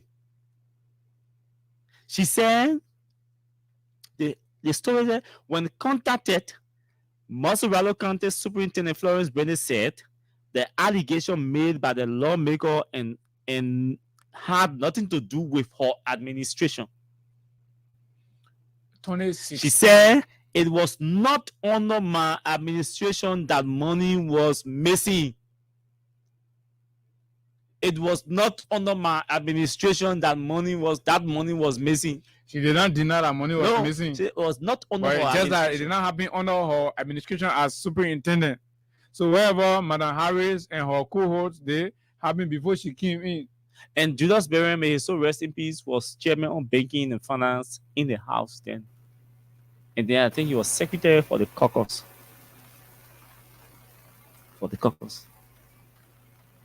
This is the woman that's going to preside over the Ministry of Gender.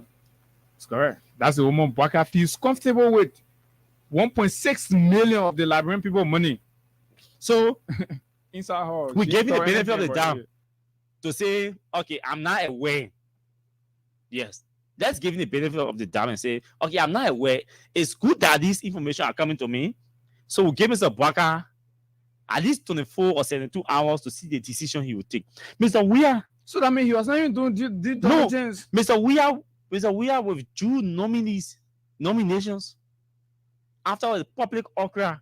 Not only Wabudigi. Even Charles Gibson. Charles Gibson was nominated Minister of Justice 2017. In February, he was withdrawn. I'm on record. I'm one of those who joined most of the people to criticize Charles Gibson and call on the president to withdraw his nomination. And Charles Gibson will have 23,000, 23 or 25,000. We're talking about 1.6 million. Client money. Yeah. A client money. That's how Charles Gibson's nomination was for June by the president. You can nominate without, maybe you don't know the people record, but that's why we here in the media, that's why we are here to help you. We go and do our research and investigate people, and we'll come and publish or furnish you with the information. If you don't take action now, then it says you have granted consent to what the people did. I think we can go to the telephone line. I'll guess Ayakuzo. That's Okay, correct. okay. Tomorrow we Yeah, look at sure, other nominations to include the Ministry of Information, Cultural Affairs and Tourism, our own man to LPRC, and our sister Kula to the president's office. Yes, sure, we'll do that. 0776 104 104 0886 500 104 are the two numbers to call and be a part of the show. Let's take at least 6 calls and usher in our guests. They are already here. Good morning to you. Please go ahead. Yeah, good morning, Ben. How's it? Let's hear you. Yeah, my name is Isaac Wilson, first to be called Son of Kilke, and I joined the board in the morning from the third district number 14. First, I want to say good morning and thank you to you and Second Abu for the conversation. You know, these people, Mr. Parker, did not know their record, and then he is nominating them for this position. Like I know you guys did not take notice of their Secretary General of the Unity Party being nominated as the APRC. No, we say we are going into that tomorrow. Exactly. So I don't know what credentials and when Mr. Parker is looking at and putting these people to the general position. But it's not surprising to us, but some of us, like, we are aware, or like, we're one, and so Abu says everybody the Nava issue that he's not disappointed because he knows these things are going to happen. So some of us, some of these things happening, we are not going to be disappointed. But all we are Thank you very much. Next person, go ahead. No. Good morning to Abu. Good morning to you. Today. Thank you very much for recognition. My name is Ibrahim Ukraine. I give you for class this morning. I'll be very quick. My issue has to do with army modernization. I think often everyone generally always appear on your show or is the business man. I think he's the president. I know that Liba or what's my part. I don't really, I forget what the guy name is. Okay, that's Dominic Nimi. Thank you. Particularly I'm talking about. So this is your time because you've been crying on the past regime about after this issue. So now they're taking Lebanese men telling the Minister of Commerce. It's your duty to call all the business people to gather at the capital building. Anytime they call them for anytime they tell point for confirmation, you should have paid around the legislature to inform the senators. This way is not really good for, it's not in the interest of the people, so it will not be confirmed. That's my issue. Thank you. Thank you very much. Next person, go ahead. How you doing? I wish I really. Morning.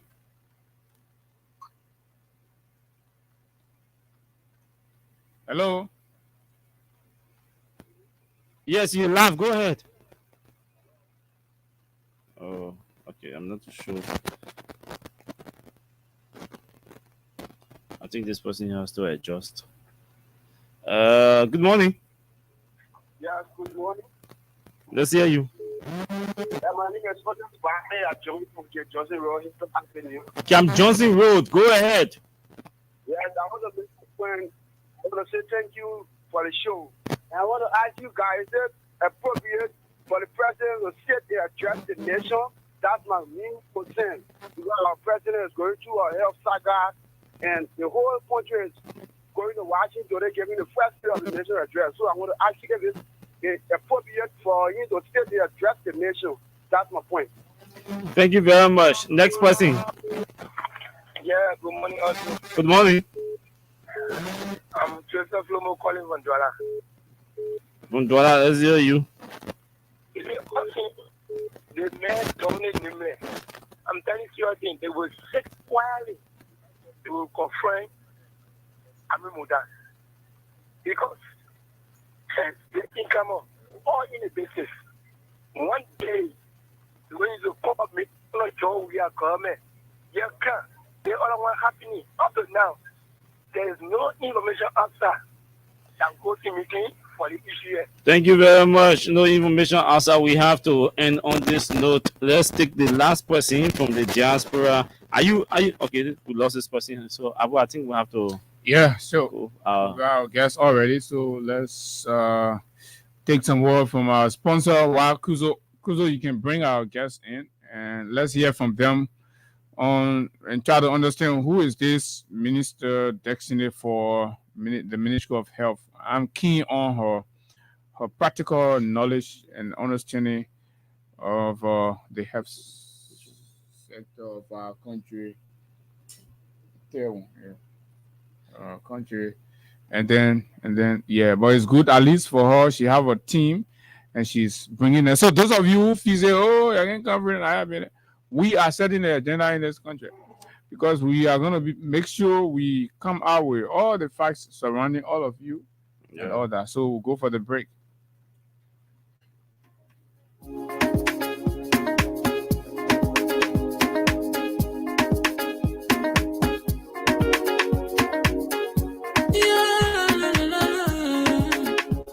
About music, there are crowds in many places, in every community, you know, you can see.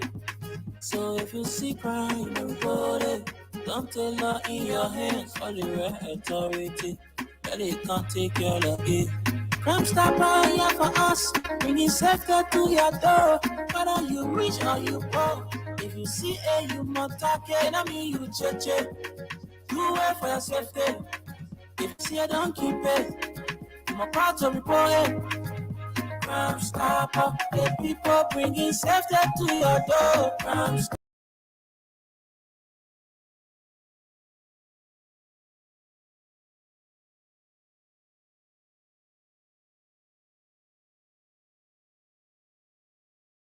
The people bringing safety to your door. Crime Stopper, stopping crime and make it peace for them before. Crime Stopper, Liberia, from the center to interior. Crime Stopper, keeping us safe, let's stop it for all.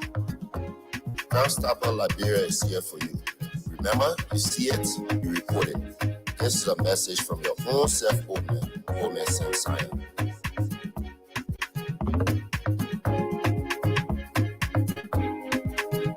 Crime Stopper, the people bringing safety to your door. Crime Stopper, stopping crime and make it peace for them before. Crime Stopper, Liberia, from the center to interior. Crime Stopper, keeping us safe, let's stop it for all. Crime Stopper, the people bringing safety to your door. Crime Stopper, stopping crime and make it peace for them before. Crime Stopper, Liberia, from the center to interior. Crime Stopper, keeping us safe, let's stop it crime for all.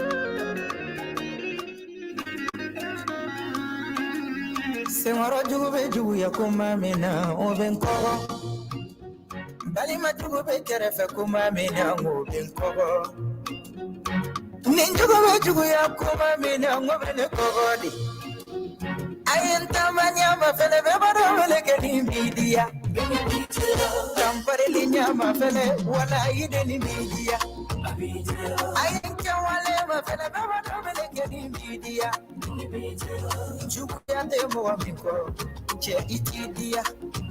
Jamfa jukuya te moamiko, imaki akili na etunya.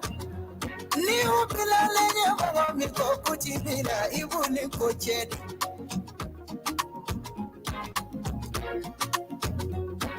Follow tile ne marjate nyokona. Yes, indeed. This is Bikini Bagada, Malian sensational artist. And this is a latest single. And she called this one Traumatizer. Traumatizer.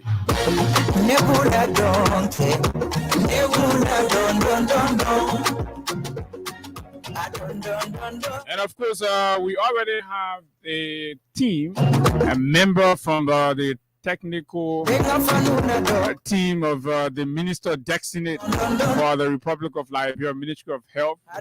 And they are going to be here to answer our questions and clear the air on who is this lady. It's going to be a profile interview. This is the Freedom Money Rise on Freedom 87.9, Liberia's foremost informative breakfast platform where we discuss the issues that matter to Liberia's growth and development.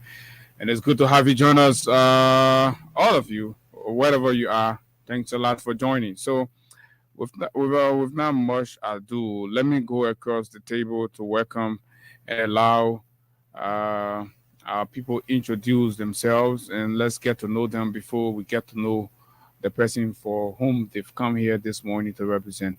Let me go across the table to say, gentlemen, good morning. Welcome to Freedom FM. Please speak in the mic. You pull it to you, right? Good morning. Good morning to the Liberians. My name is James Emmanuel.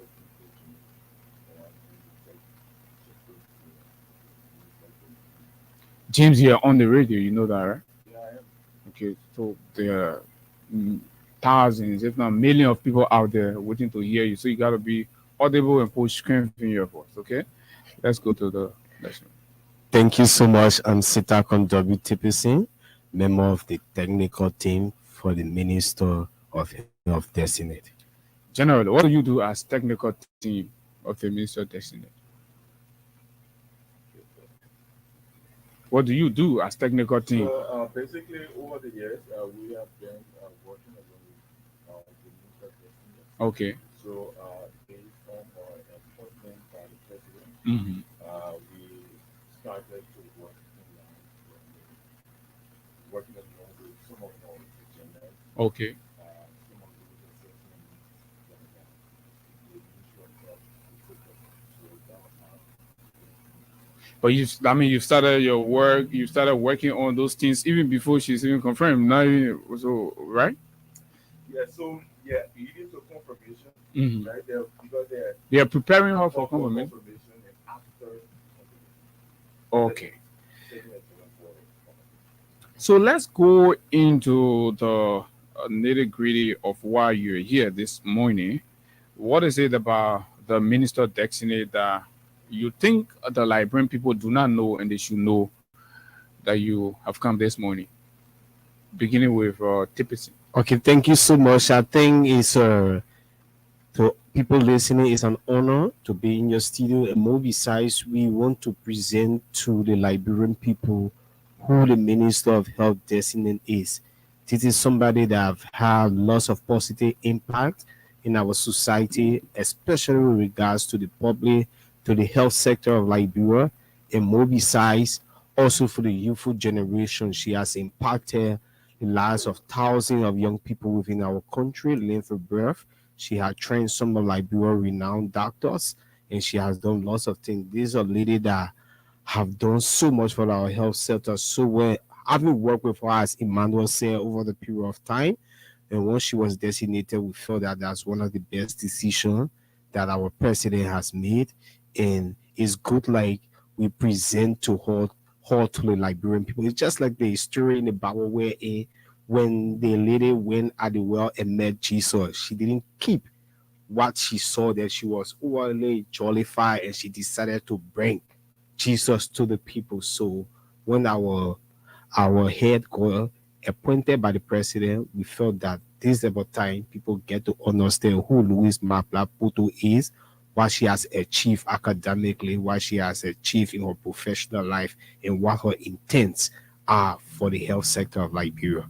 Okay, so let's go, James. Let's begin with education. Particularly, a lot of concern has been raised about the profile and academic credentials of some of those people being appointed,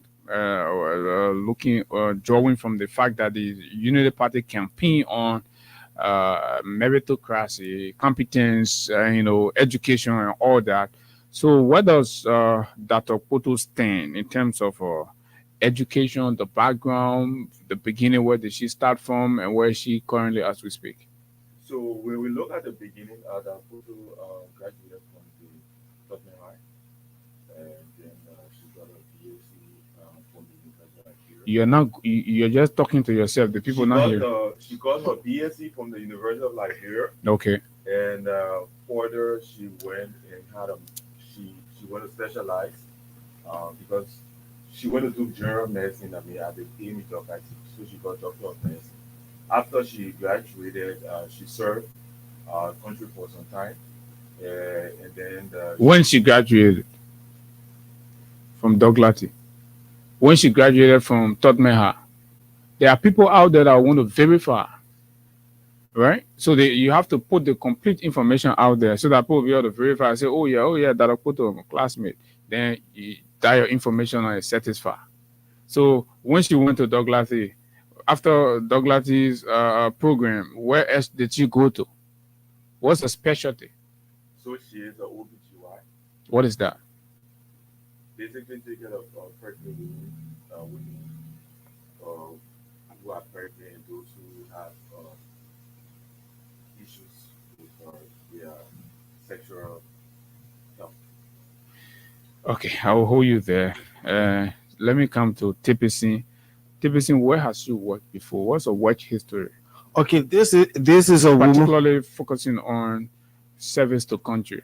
Okay, she has worked, as I said, she has worked extensively within the health sector.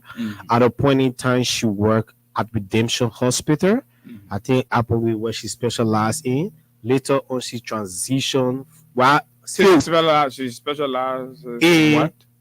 Let me say big belly, fatalities, issues. That's one of the key things she specialized in, because she found out that she chose the role because she understood about what the transition we found. Most of our big betters, there are a lot of complications, there are a lot of things. People sometimes you find out that people want to have kids and it's difficult. Sometimes maybe there's some medical issue you don't know about, you try. So it's what gave her focus on that, and she has contributed immensely to that. At a point in time, she also worked at Health Ministry, leading a vital statistics department at the Ministry of Health, what it has to do with what you understand exactly when we're talking about statistics, when we talk about. She worked there as well. You know, the press as the director, session, right? they are the vital statistics department. There where she worked for a lengthy period of time, but she had to resign at a point in time and focus on going back to school. Yeah, so as part of our education, what was the question again?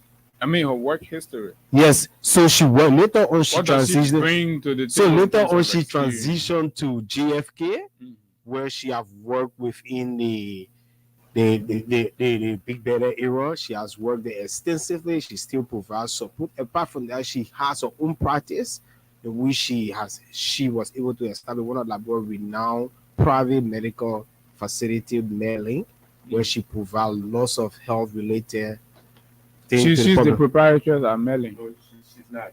So let me go. Let me. But he said she established Melling. So Hello? yeah. He just said she established Melling. Said she established. But she did not establish Melling. Okay. Melling wasn't existent. So you agree? You agree? Yes, with the yes. correction? Thanks for the correction, Iko. Melling is owned by Dr. Bravo Puto. So who is she at Melling? She's working at. She just a worker there. Just a worker. Okay. Okay. So she has not established anything of that sort on her own. Currently, there is a facility that is on the RIA. That is the Children's Health Center. Okay. Yeah, but due to the road construction project, they had to be on some hold. It was on some hold due to the road construction project. But the place is fully equipped at the moment. And What's the name of the place? no, currently there's no name of the place. But then it's not functional. No, it's Why not you functional. come We only- talking about places that are not functional, no name, and you're mentioning that? So the reason why we're saying it because the place will be open to the public very soon. The place will be open to the public.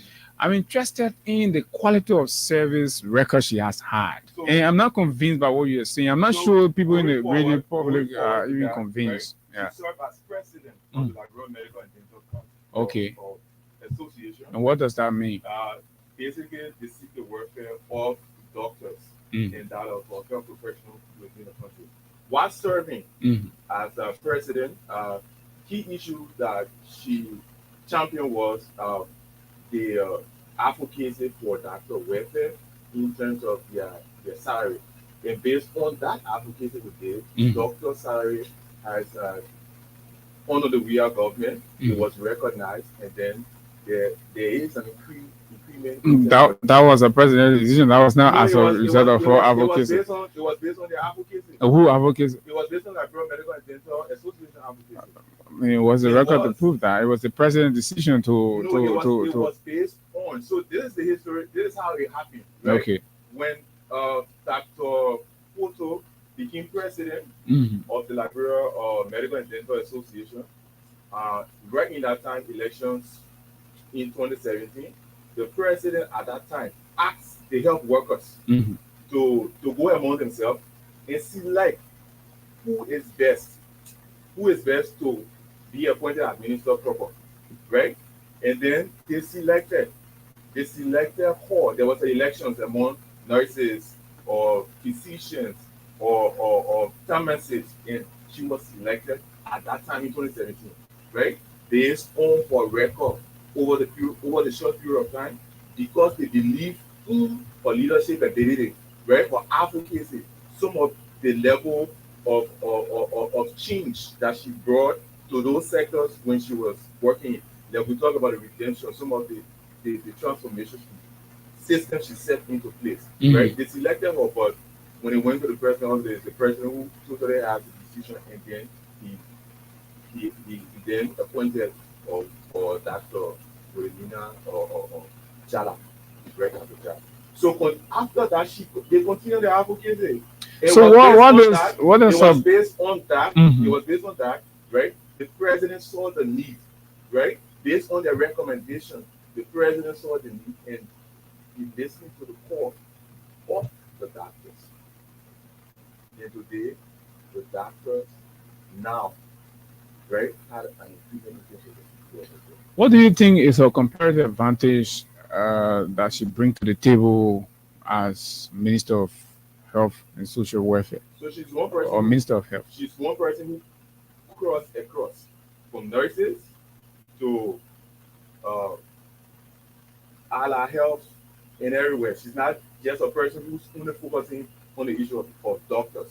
If you go to the places where you go to GFK and ask about Dr. Louis Poto, you will know that she's one person who believes in teamwork. She's not one person who only focus on the issues just about doctors. So her concern basically has been how can our regulatory body work together, because that's the only way we can achieve health, right? We need a regulatory body like the Liberia Medical and Dental Council, because they have the association and they have the council, right?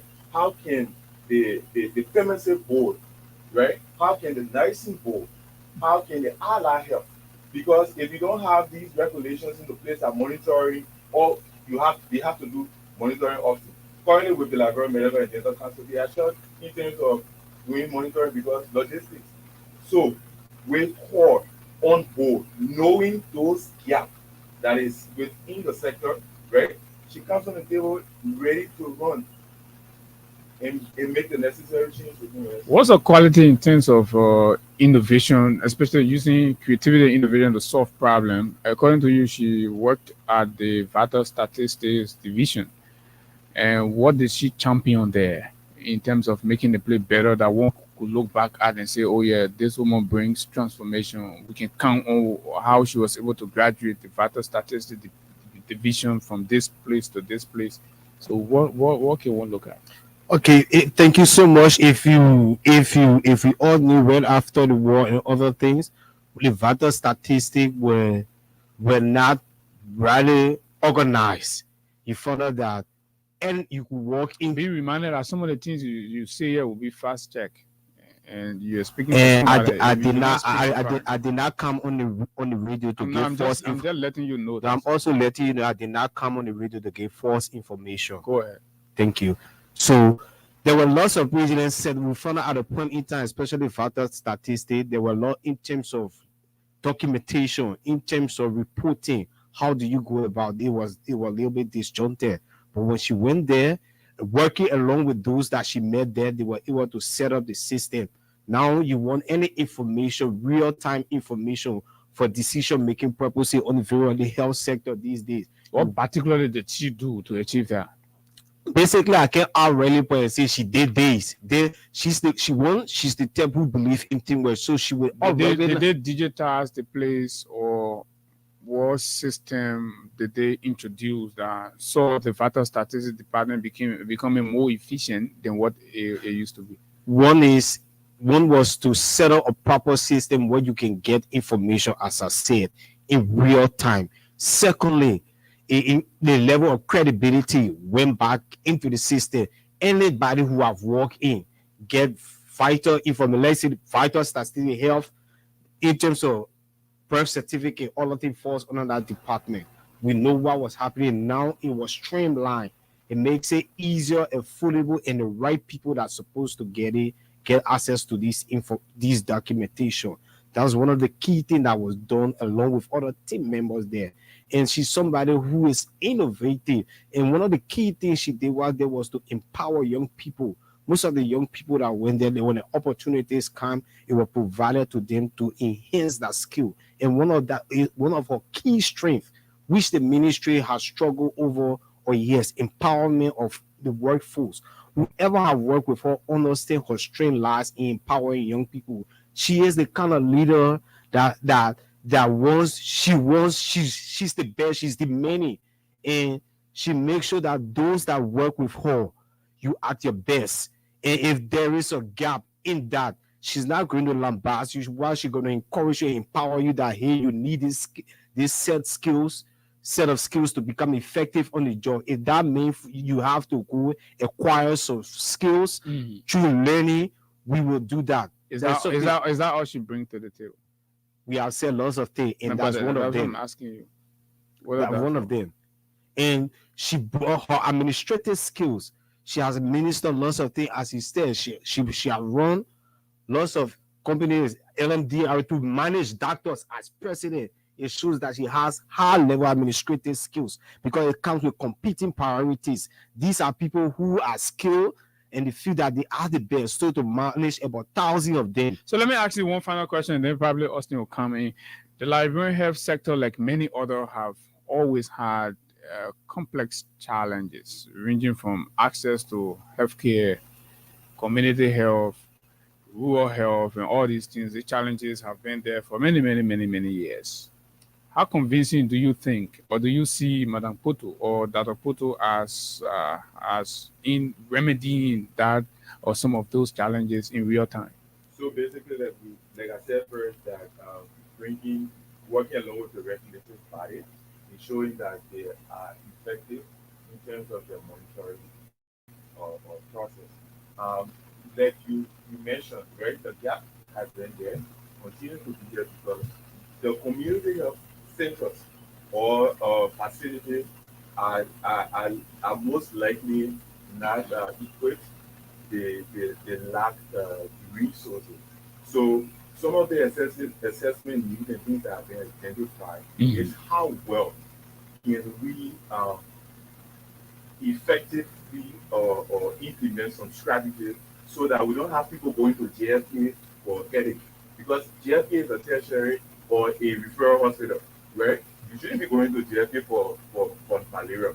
So you found out maybe somebody who has 3+ malaria and has to take drip will have to occupy a bed with somebody who is suffering from some internal or situation, and there's no bed available because the person who has malaria is already there. So how can these things be done? Is to equip those facilities with resources in terms of doctors, qualified doctors, and make sure that they are effective. Supply of drugs, right? Make sure that those drugs are also monitored, right? Because this is something that is very clear about, because we find out that sometimes facilities will say, oh, we don't have medication, right? So assessing the needs, what are some of those things that are lacking, and then identify what has been the cause over the period of time, right? So when those things are placed, when those checkpoints are put into place, right, we will see an improvement over the time. Just to add on to Moti, one thing is that her vision is also that each county health thing becomes some level of become effective. That is, they can be able to manage in terms of tracking diseases, in terms of surveillance. These are things that she wants that we can have a very effective county health team, which will force down to community health team and the rest of that. So the intent is that we can look at what those things that have affected of our health sector, which Emmanuel has said, identify them, set in monitoring evaluation policy to monitor the remedies. And she's going to do that to make sure that our health sector improve. Because if you have a sick society, development does not take place. So she will do what she has to do based on the money given to her to make sure that we improve our health sector, that we have a healthy society, and not just carry medication to the hospital. The best form of medication is prevention. So there are lots of how can we prevent the population from getting sick? If that means we have to, like for malaria, do we have to do more awareness and people that hear you need to clean your environment? Because if you look at one of in the arrest, the thing he talk about sanitation and health. Because if you don't take care of the environment, you will not be healthy. So there are lots of things she has on mind that in as much we will treat you when you get well, but we will implement policy that will help to prevent these basic sicknesses and illness. Yeah, thank you. Okay, Austin, want to comment? Actually, the purpose of this interview is to profile the minister designate. We want to know who is she, what her experience is, how long she's been in the sector, what does she bring to the table. So it's good that you are already into the purpose of which we organize the interview. But there's a challenge that I'd like you all to speak to, since this is a representation of the technical working committee of the Minister of Health. Medicine security. Every time you go to GFK or other hospitals, people are concerned about the drugs leaving the hospitals. People are concerned about nurses or doctors opening clinics, their own clinics, and those clinics or pharmacies, they are never out of medicines. But the hospitals do not have medicines. Have you had a conversation with her? And how does she intend to manage this? Because this is a primary concern of all Liberians. Medicines in the hospital facilities. So, like you said, it is a major challenge in the health sector.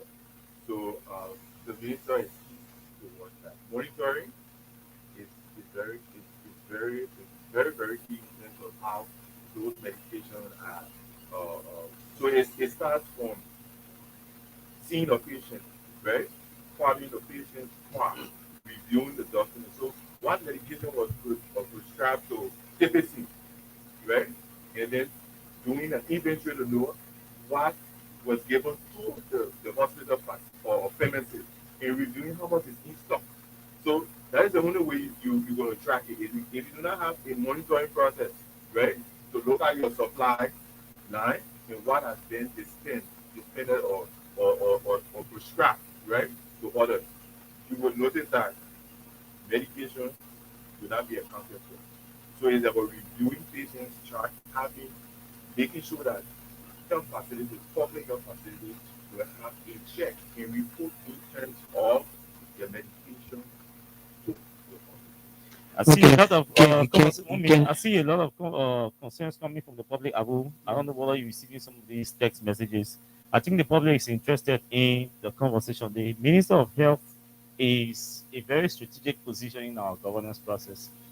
And the vision that Mr. Bwaga revealed to us during the campaign, he has an ambitious plan for the health sector. Infrastructure-wise is also important. It's something that we need to look at. The capacity of health workers, their welfare issue. We saw health workers during the campaign process celebrating Bonkande, for example. They were dancing and like you harmonize our salary, you will harmonize your vote. So it says to me that health workers are interested in their welfare. They want their salary increase. They want the medicines at the facilities. They want the infrastructure. talking about nurses' quarters as well. These are issues that have been persisting in the health sector for years. And interestingly, Dr. Poto is not a stranger to the sector. So I would think she needs an additional term. I don't know what is of confirmation. End of year where? No, Not yet? No. Yeah, I would really love to be our confirmation to hear her respond to some of these issues because she's in the sector. She knows them. Because she's you know. part of the first Yes, batch of people, you know. so I don't know whether she will be set up Every time for we hear today people talking about health workers, for example, that they were making 700 or 720, but the salary increase of medical doctors to 2,000. People still have, some of them still have issue with salary and all of that. These are issues that I really want to, gauge her opinions about.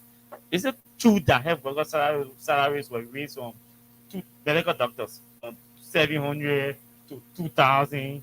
Is it true that everybody benefited in that category? What the real story is? Because she's going to take over this sector. These are issues that she will have to, that will confront her, and she has to settle them. What I do. When was the last time you met her? We spoke. We met in the last 40 hours. What does she say about? What does she think about salary increment? It's also important. How does she intend to address that issue? So it's one of the key things that she has on her agenda, right?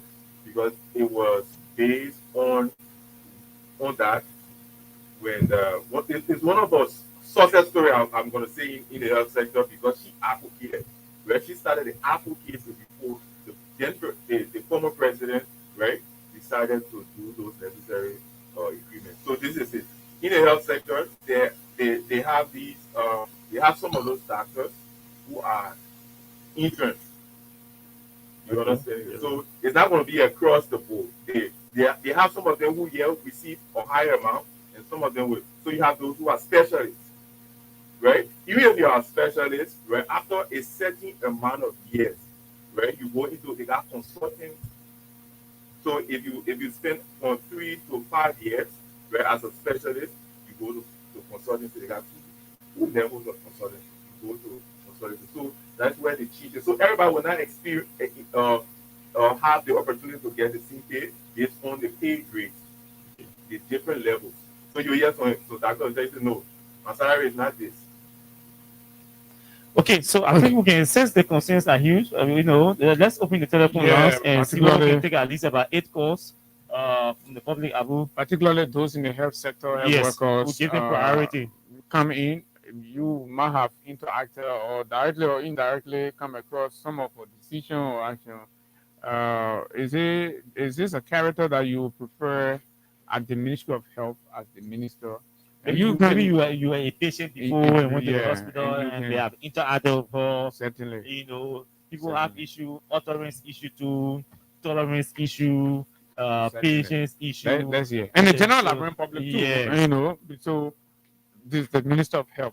Drawing from the picture that have been painted by the two gentlemen in here, how satisfied or dissatisfied are you is also important, right? Can we use what to say to give her a check mark for the minister as the Minister of Health? Oh yeah, as technical team, that really will carry 0776 104 104. So you're gonna get your result. 0886 500 104. Let's hear the first person from this end. Good morning to you. Thanks for joining us. Let's hear your point. Good morning, Austin, and I want to also thank the team, the technical working committee who came to outline the profile of Dr. Poto. My name is Melvin Danawele, and I'm calling from the Monrovia area. Go ahead quickly, Poto. Yeah, Dr. Poto among the nominees. I think she is not the best among the nominees. So we are calling on our senators to see reason to immediately and effectively confirm that Poto, because she's someone she has come. You call on them to confirm. Well, thank you very much. You got somebody there? Let me squeeze this young man who has been pleading for 30 seconds. Good morning, you're live. Good morning. I'm Grandpa Cardi and I call from Boko. I would not thank you for the show this morning. I listened to you again and according to what you said, you're going to give more privilege to people who are in the health center, but I got a very quick one. When they started the section of their discussion, they said when the technical team, and then you ask a question about her career, when she graduated, and they are not actually informed. I got to speak to the big brothers conscious that when you are actually representing people, it is good to ask them, who are you? What is good information that we need to know so that we can be able to present it in a helpful way? This thing about being able to surprise people who are appointed in positions in government is very bad. Because if it comes to the public and you're not actually able to defend the president, the public opinion will say perhaps this president is incompetent, but because one or two persons decide to support for personal gain, that's the reason why they appear on the media. That's my just little advice I want to give you. Okay, thank you very much. To squeeze in this other one here. Paul, quickly, 30 seconds. Yes, good morning, Abu, and good morning to our and thanks to your studio guests.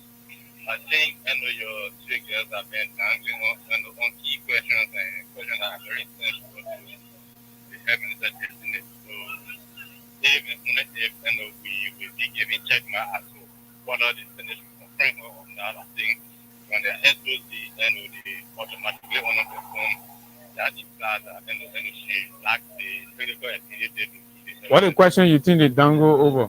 Maybe they will provide clarity. You pose questions to them as related to for educational background and when she started and where she started, where she came from and where she has been and what she brings to the table to the health center and other things. And no questions were not and the proper responded to ask technical teams from the health minister. Okay, all right. Thank you very kindly. Yes, let's continue from this end. Good morning. Go ahead. Yeah, I got two concerns. My first concern is I don't think that the medical the Minister of Health. How is he intending to address No, the nominee is a female. Okay, is she intend to address the issue of the volunteer worker that have been in the Bureau Hospital for years? And the next thing is where the region of Liberia is she from? Volunteer workers, and which region is she from? Good morning, let's hear you. Yeah, good morning there, and good morning to the listening public. This is Joseph Boyko calling from District 8. District 8, former representative aspirant or candidate, in fact. Yeah, that's it. But anyway, I just want to chip in. Dr. Louis Poto, she's a reputable person. And for the record, you are a health practitioner as well. Yeah, I'm a public health specialist. And Dr. Louis Poto is one of the reputable public health experts in Liberia, as well as a fraternity specialist. And those specialists are oncologists. She has been very helpful to a lot of women in Liberia. She has been so helpful even during the transitional process in Liberia at the Ministry of Health. She was then the Minister of Health of the Republic of Liberia. However, which I will have the opportunity to come and provide more information on who is Dr. Louis Poto. This is one person we can afford to lose.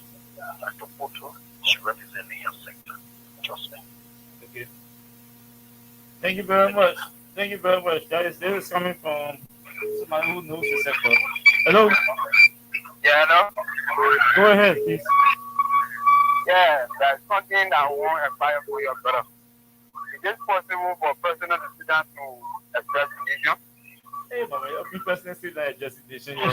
Okay, just listen. We'll spend 5 minutes on that issue. Yeah? Okay. Next person, go ahead. Don't say that. I will say that. Good morning. Please go ahead. My name is Isaac calling from District number 8. Okay. Yeah, that I believe we should take up to the minister that's talking about. But they're not doing care to this for this one. Because from one point I was hearing the other that she has cabbage. Early. The other person will say she's not a victim. So definitely that's a clear indication of she coming retain our funds, public funds to that institution commerce. Because that's how it's happening. At the end of the day, you will hear it say, oh, here's what this was. Who was the owner of that money? And Buster don't want to know, please. Thank you very much. Let's go to the two distinguished young colleagues in here and to respond to. I'm sure you guys were jotting down the different concerns from the public. So let's start with TPC and then Iman can conclude.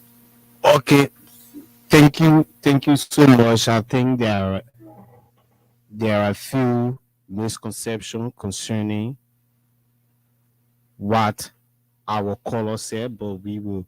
I think if you say we don't know the person we are talking about, then it's laughable. But I will accept that because the profiling we did for her, who we know, if you check the Daily Observer, is exactly what they carry with our relative front page. What we did, we know her in and out. So that's one of the key things. In terms of educational background, as we said, we started with that, but we didn't have the time to go in that. She has a master degree in obstetrics and gynecology from the University of Nairobi, and later on she got a PhD from the University of Liverpool. And we've already made mention that she got her first medical degree from Louis Arthur Graham School of Law. So Louis Arthur Graham? Sorry, WRT, sorry, just slip of tongue. That medical law. Sorry, just a slip of tongue. So that's the person we are talking about, and this is somebody that we've known that have worked extensively and playing positive role in the health sector, and with the issue of. Okay. So just Lawyer Emmanuel, that concludes for TPC. After that, for me, I'm one person who accepts criticism from people because they help Can you address the concerns? They help you to improve and grow, right? We know there are years, right? But we are on the radio. I don't want to say she graduated off my head because I do not have it here to say she graduated this year, and then at the end of the day, fast check, I get into trouble. So I accept that the next time we will be speaking with facts, with dates, right? And going forward. So the Medin Clinic is owned by Dr. Robert Poto. He is a bone specialist, right? So do they have relationship? Yeah, he's a husband. Okay. Yeah. And he also was a minister of health before like that. Okay. So the husband has become, and you're pushing for the wife to become the. I think it was best. Is the president? But ain't that what you want? No, it's not. It's the president who decided. Then why are you here? Because we came to discuss some issues relative to the minister. Why she should be confirmed? Yeah, why she should be confirmed. That's what you want. Look at it, young man. Okay, but it was nice having you all here, and we have a profile, and we must appreciate you guys. When we announced that all the nominees by the president, please bring your profile to us. Dr. Poto is the first nominee to submit to us her profile. So we're going to spend some time, maybe tomorrow, going through this. Since tomorrow we will be placing a highlight on some of the nominees by the president. So we say thanks to all of you, and we wish you well in the confirmation process. That is the Senate, and we hope she gets confirmed. And we'll follow the work to see how she improves the sector. If she does not, we'll criticize her. If she does good, we will celebrate her because she is a Liberian. Which country is she from? Grand Bassa. Okay, so that answers one of the callers. Yeah, so that's it. Wish you all the best in your struggle with seeing her confirmed as the minister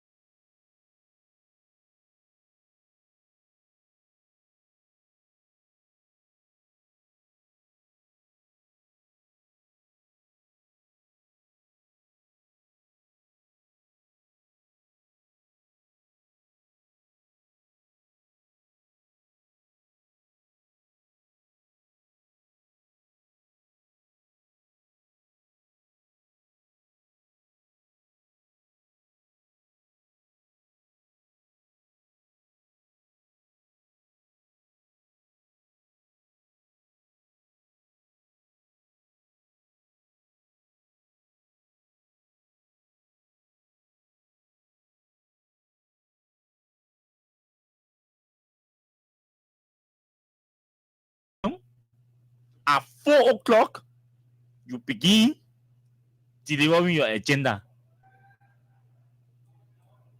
That's why the podium is there. Because it is expected and required that you must stand to address. Standing is a protocol. To stand to address. That body is an honorable body.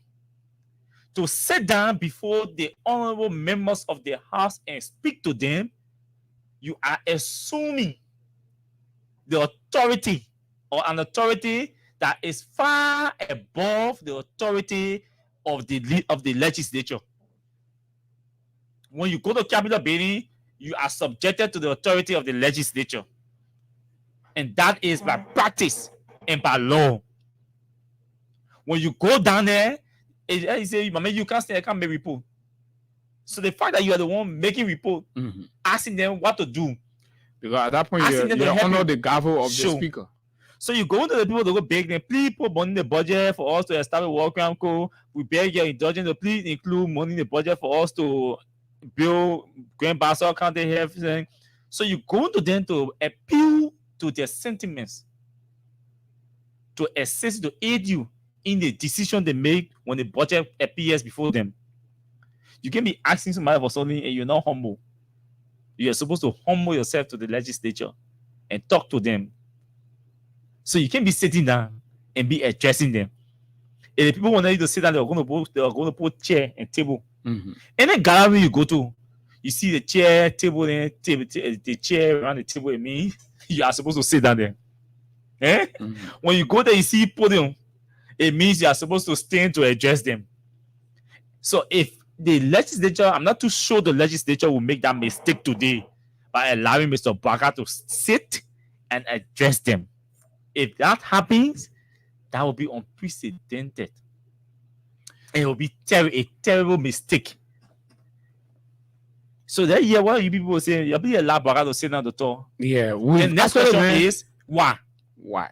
And when that question why gets answered, even if it is ignored, right? But it points to the fact that there has to be physical problem or health problem.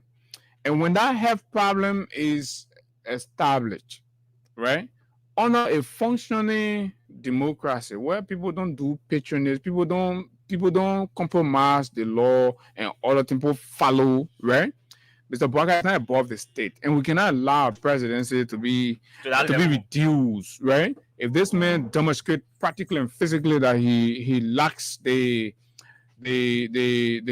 wherewithal, right, to discharge his functions and duties, because presenting your legislative agenda and the state of the country, right, is a matter of your presidential function. So if this man fail to do it, they may go carry chair and go sit down, be sleeping. They say, oh, they be sunning like one robot. That is a basis. Let me tell you, that will be a basis to begin conversation of this man impeachment. You ain't like to hear the one. Whether y'all do it or not, our business. But we are letting you know that it will be indicative of a justifiable ground to impeach the man, remove him from the presidency. And at that point, subheads will start contemplating triggering Article 63, subsection C of the Constitution. And then lawmakers now will start to contemplate, right? Will start to contemplate a process of prescribing the guidelines to determine the procedures under which this president in Joe Baka, who will fail to stand to deliver his address if what we're hearing is anything to go by, right? By reason of illness, he will not be able to do it. So, of course, under our laws, that man should be declared incapable of carrying out the functions of the office he agreed to dance with the devil for and all that. So let me warn y'all, you better let that old man go stand. All along the campaign, Unity Party argued that Baka is healthy, he's ready, he's strong, he's prepared. Alhamdulillah. We're happy to hear that. So it has come to a point where he has to perform his duties. And nobody can carry chair and go put the man inside. We're not having wheelchair president here. We have an able-bodied president that the people of Liberia was made to go to the polls to vote for. And this president must. But for the sake of nature, if it is established or anything that indicates that this man is not ready, we already have a government. This is a unity party government. We'll move the man there. Strong, he can move. So, Baka, this is a test.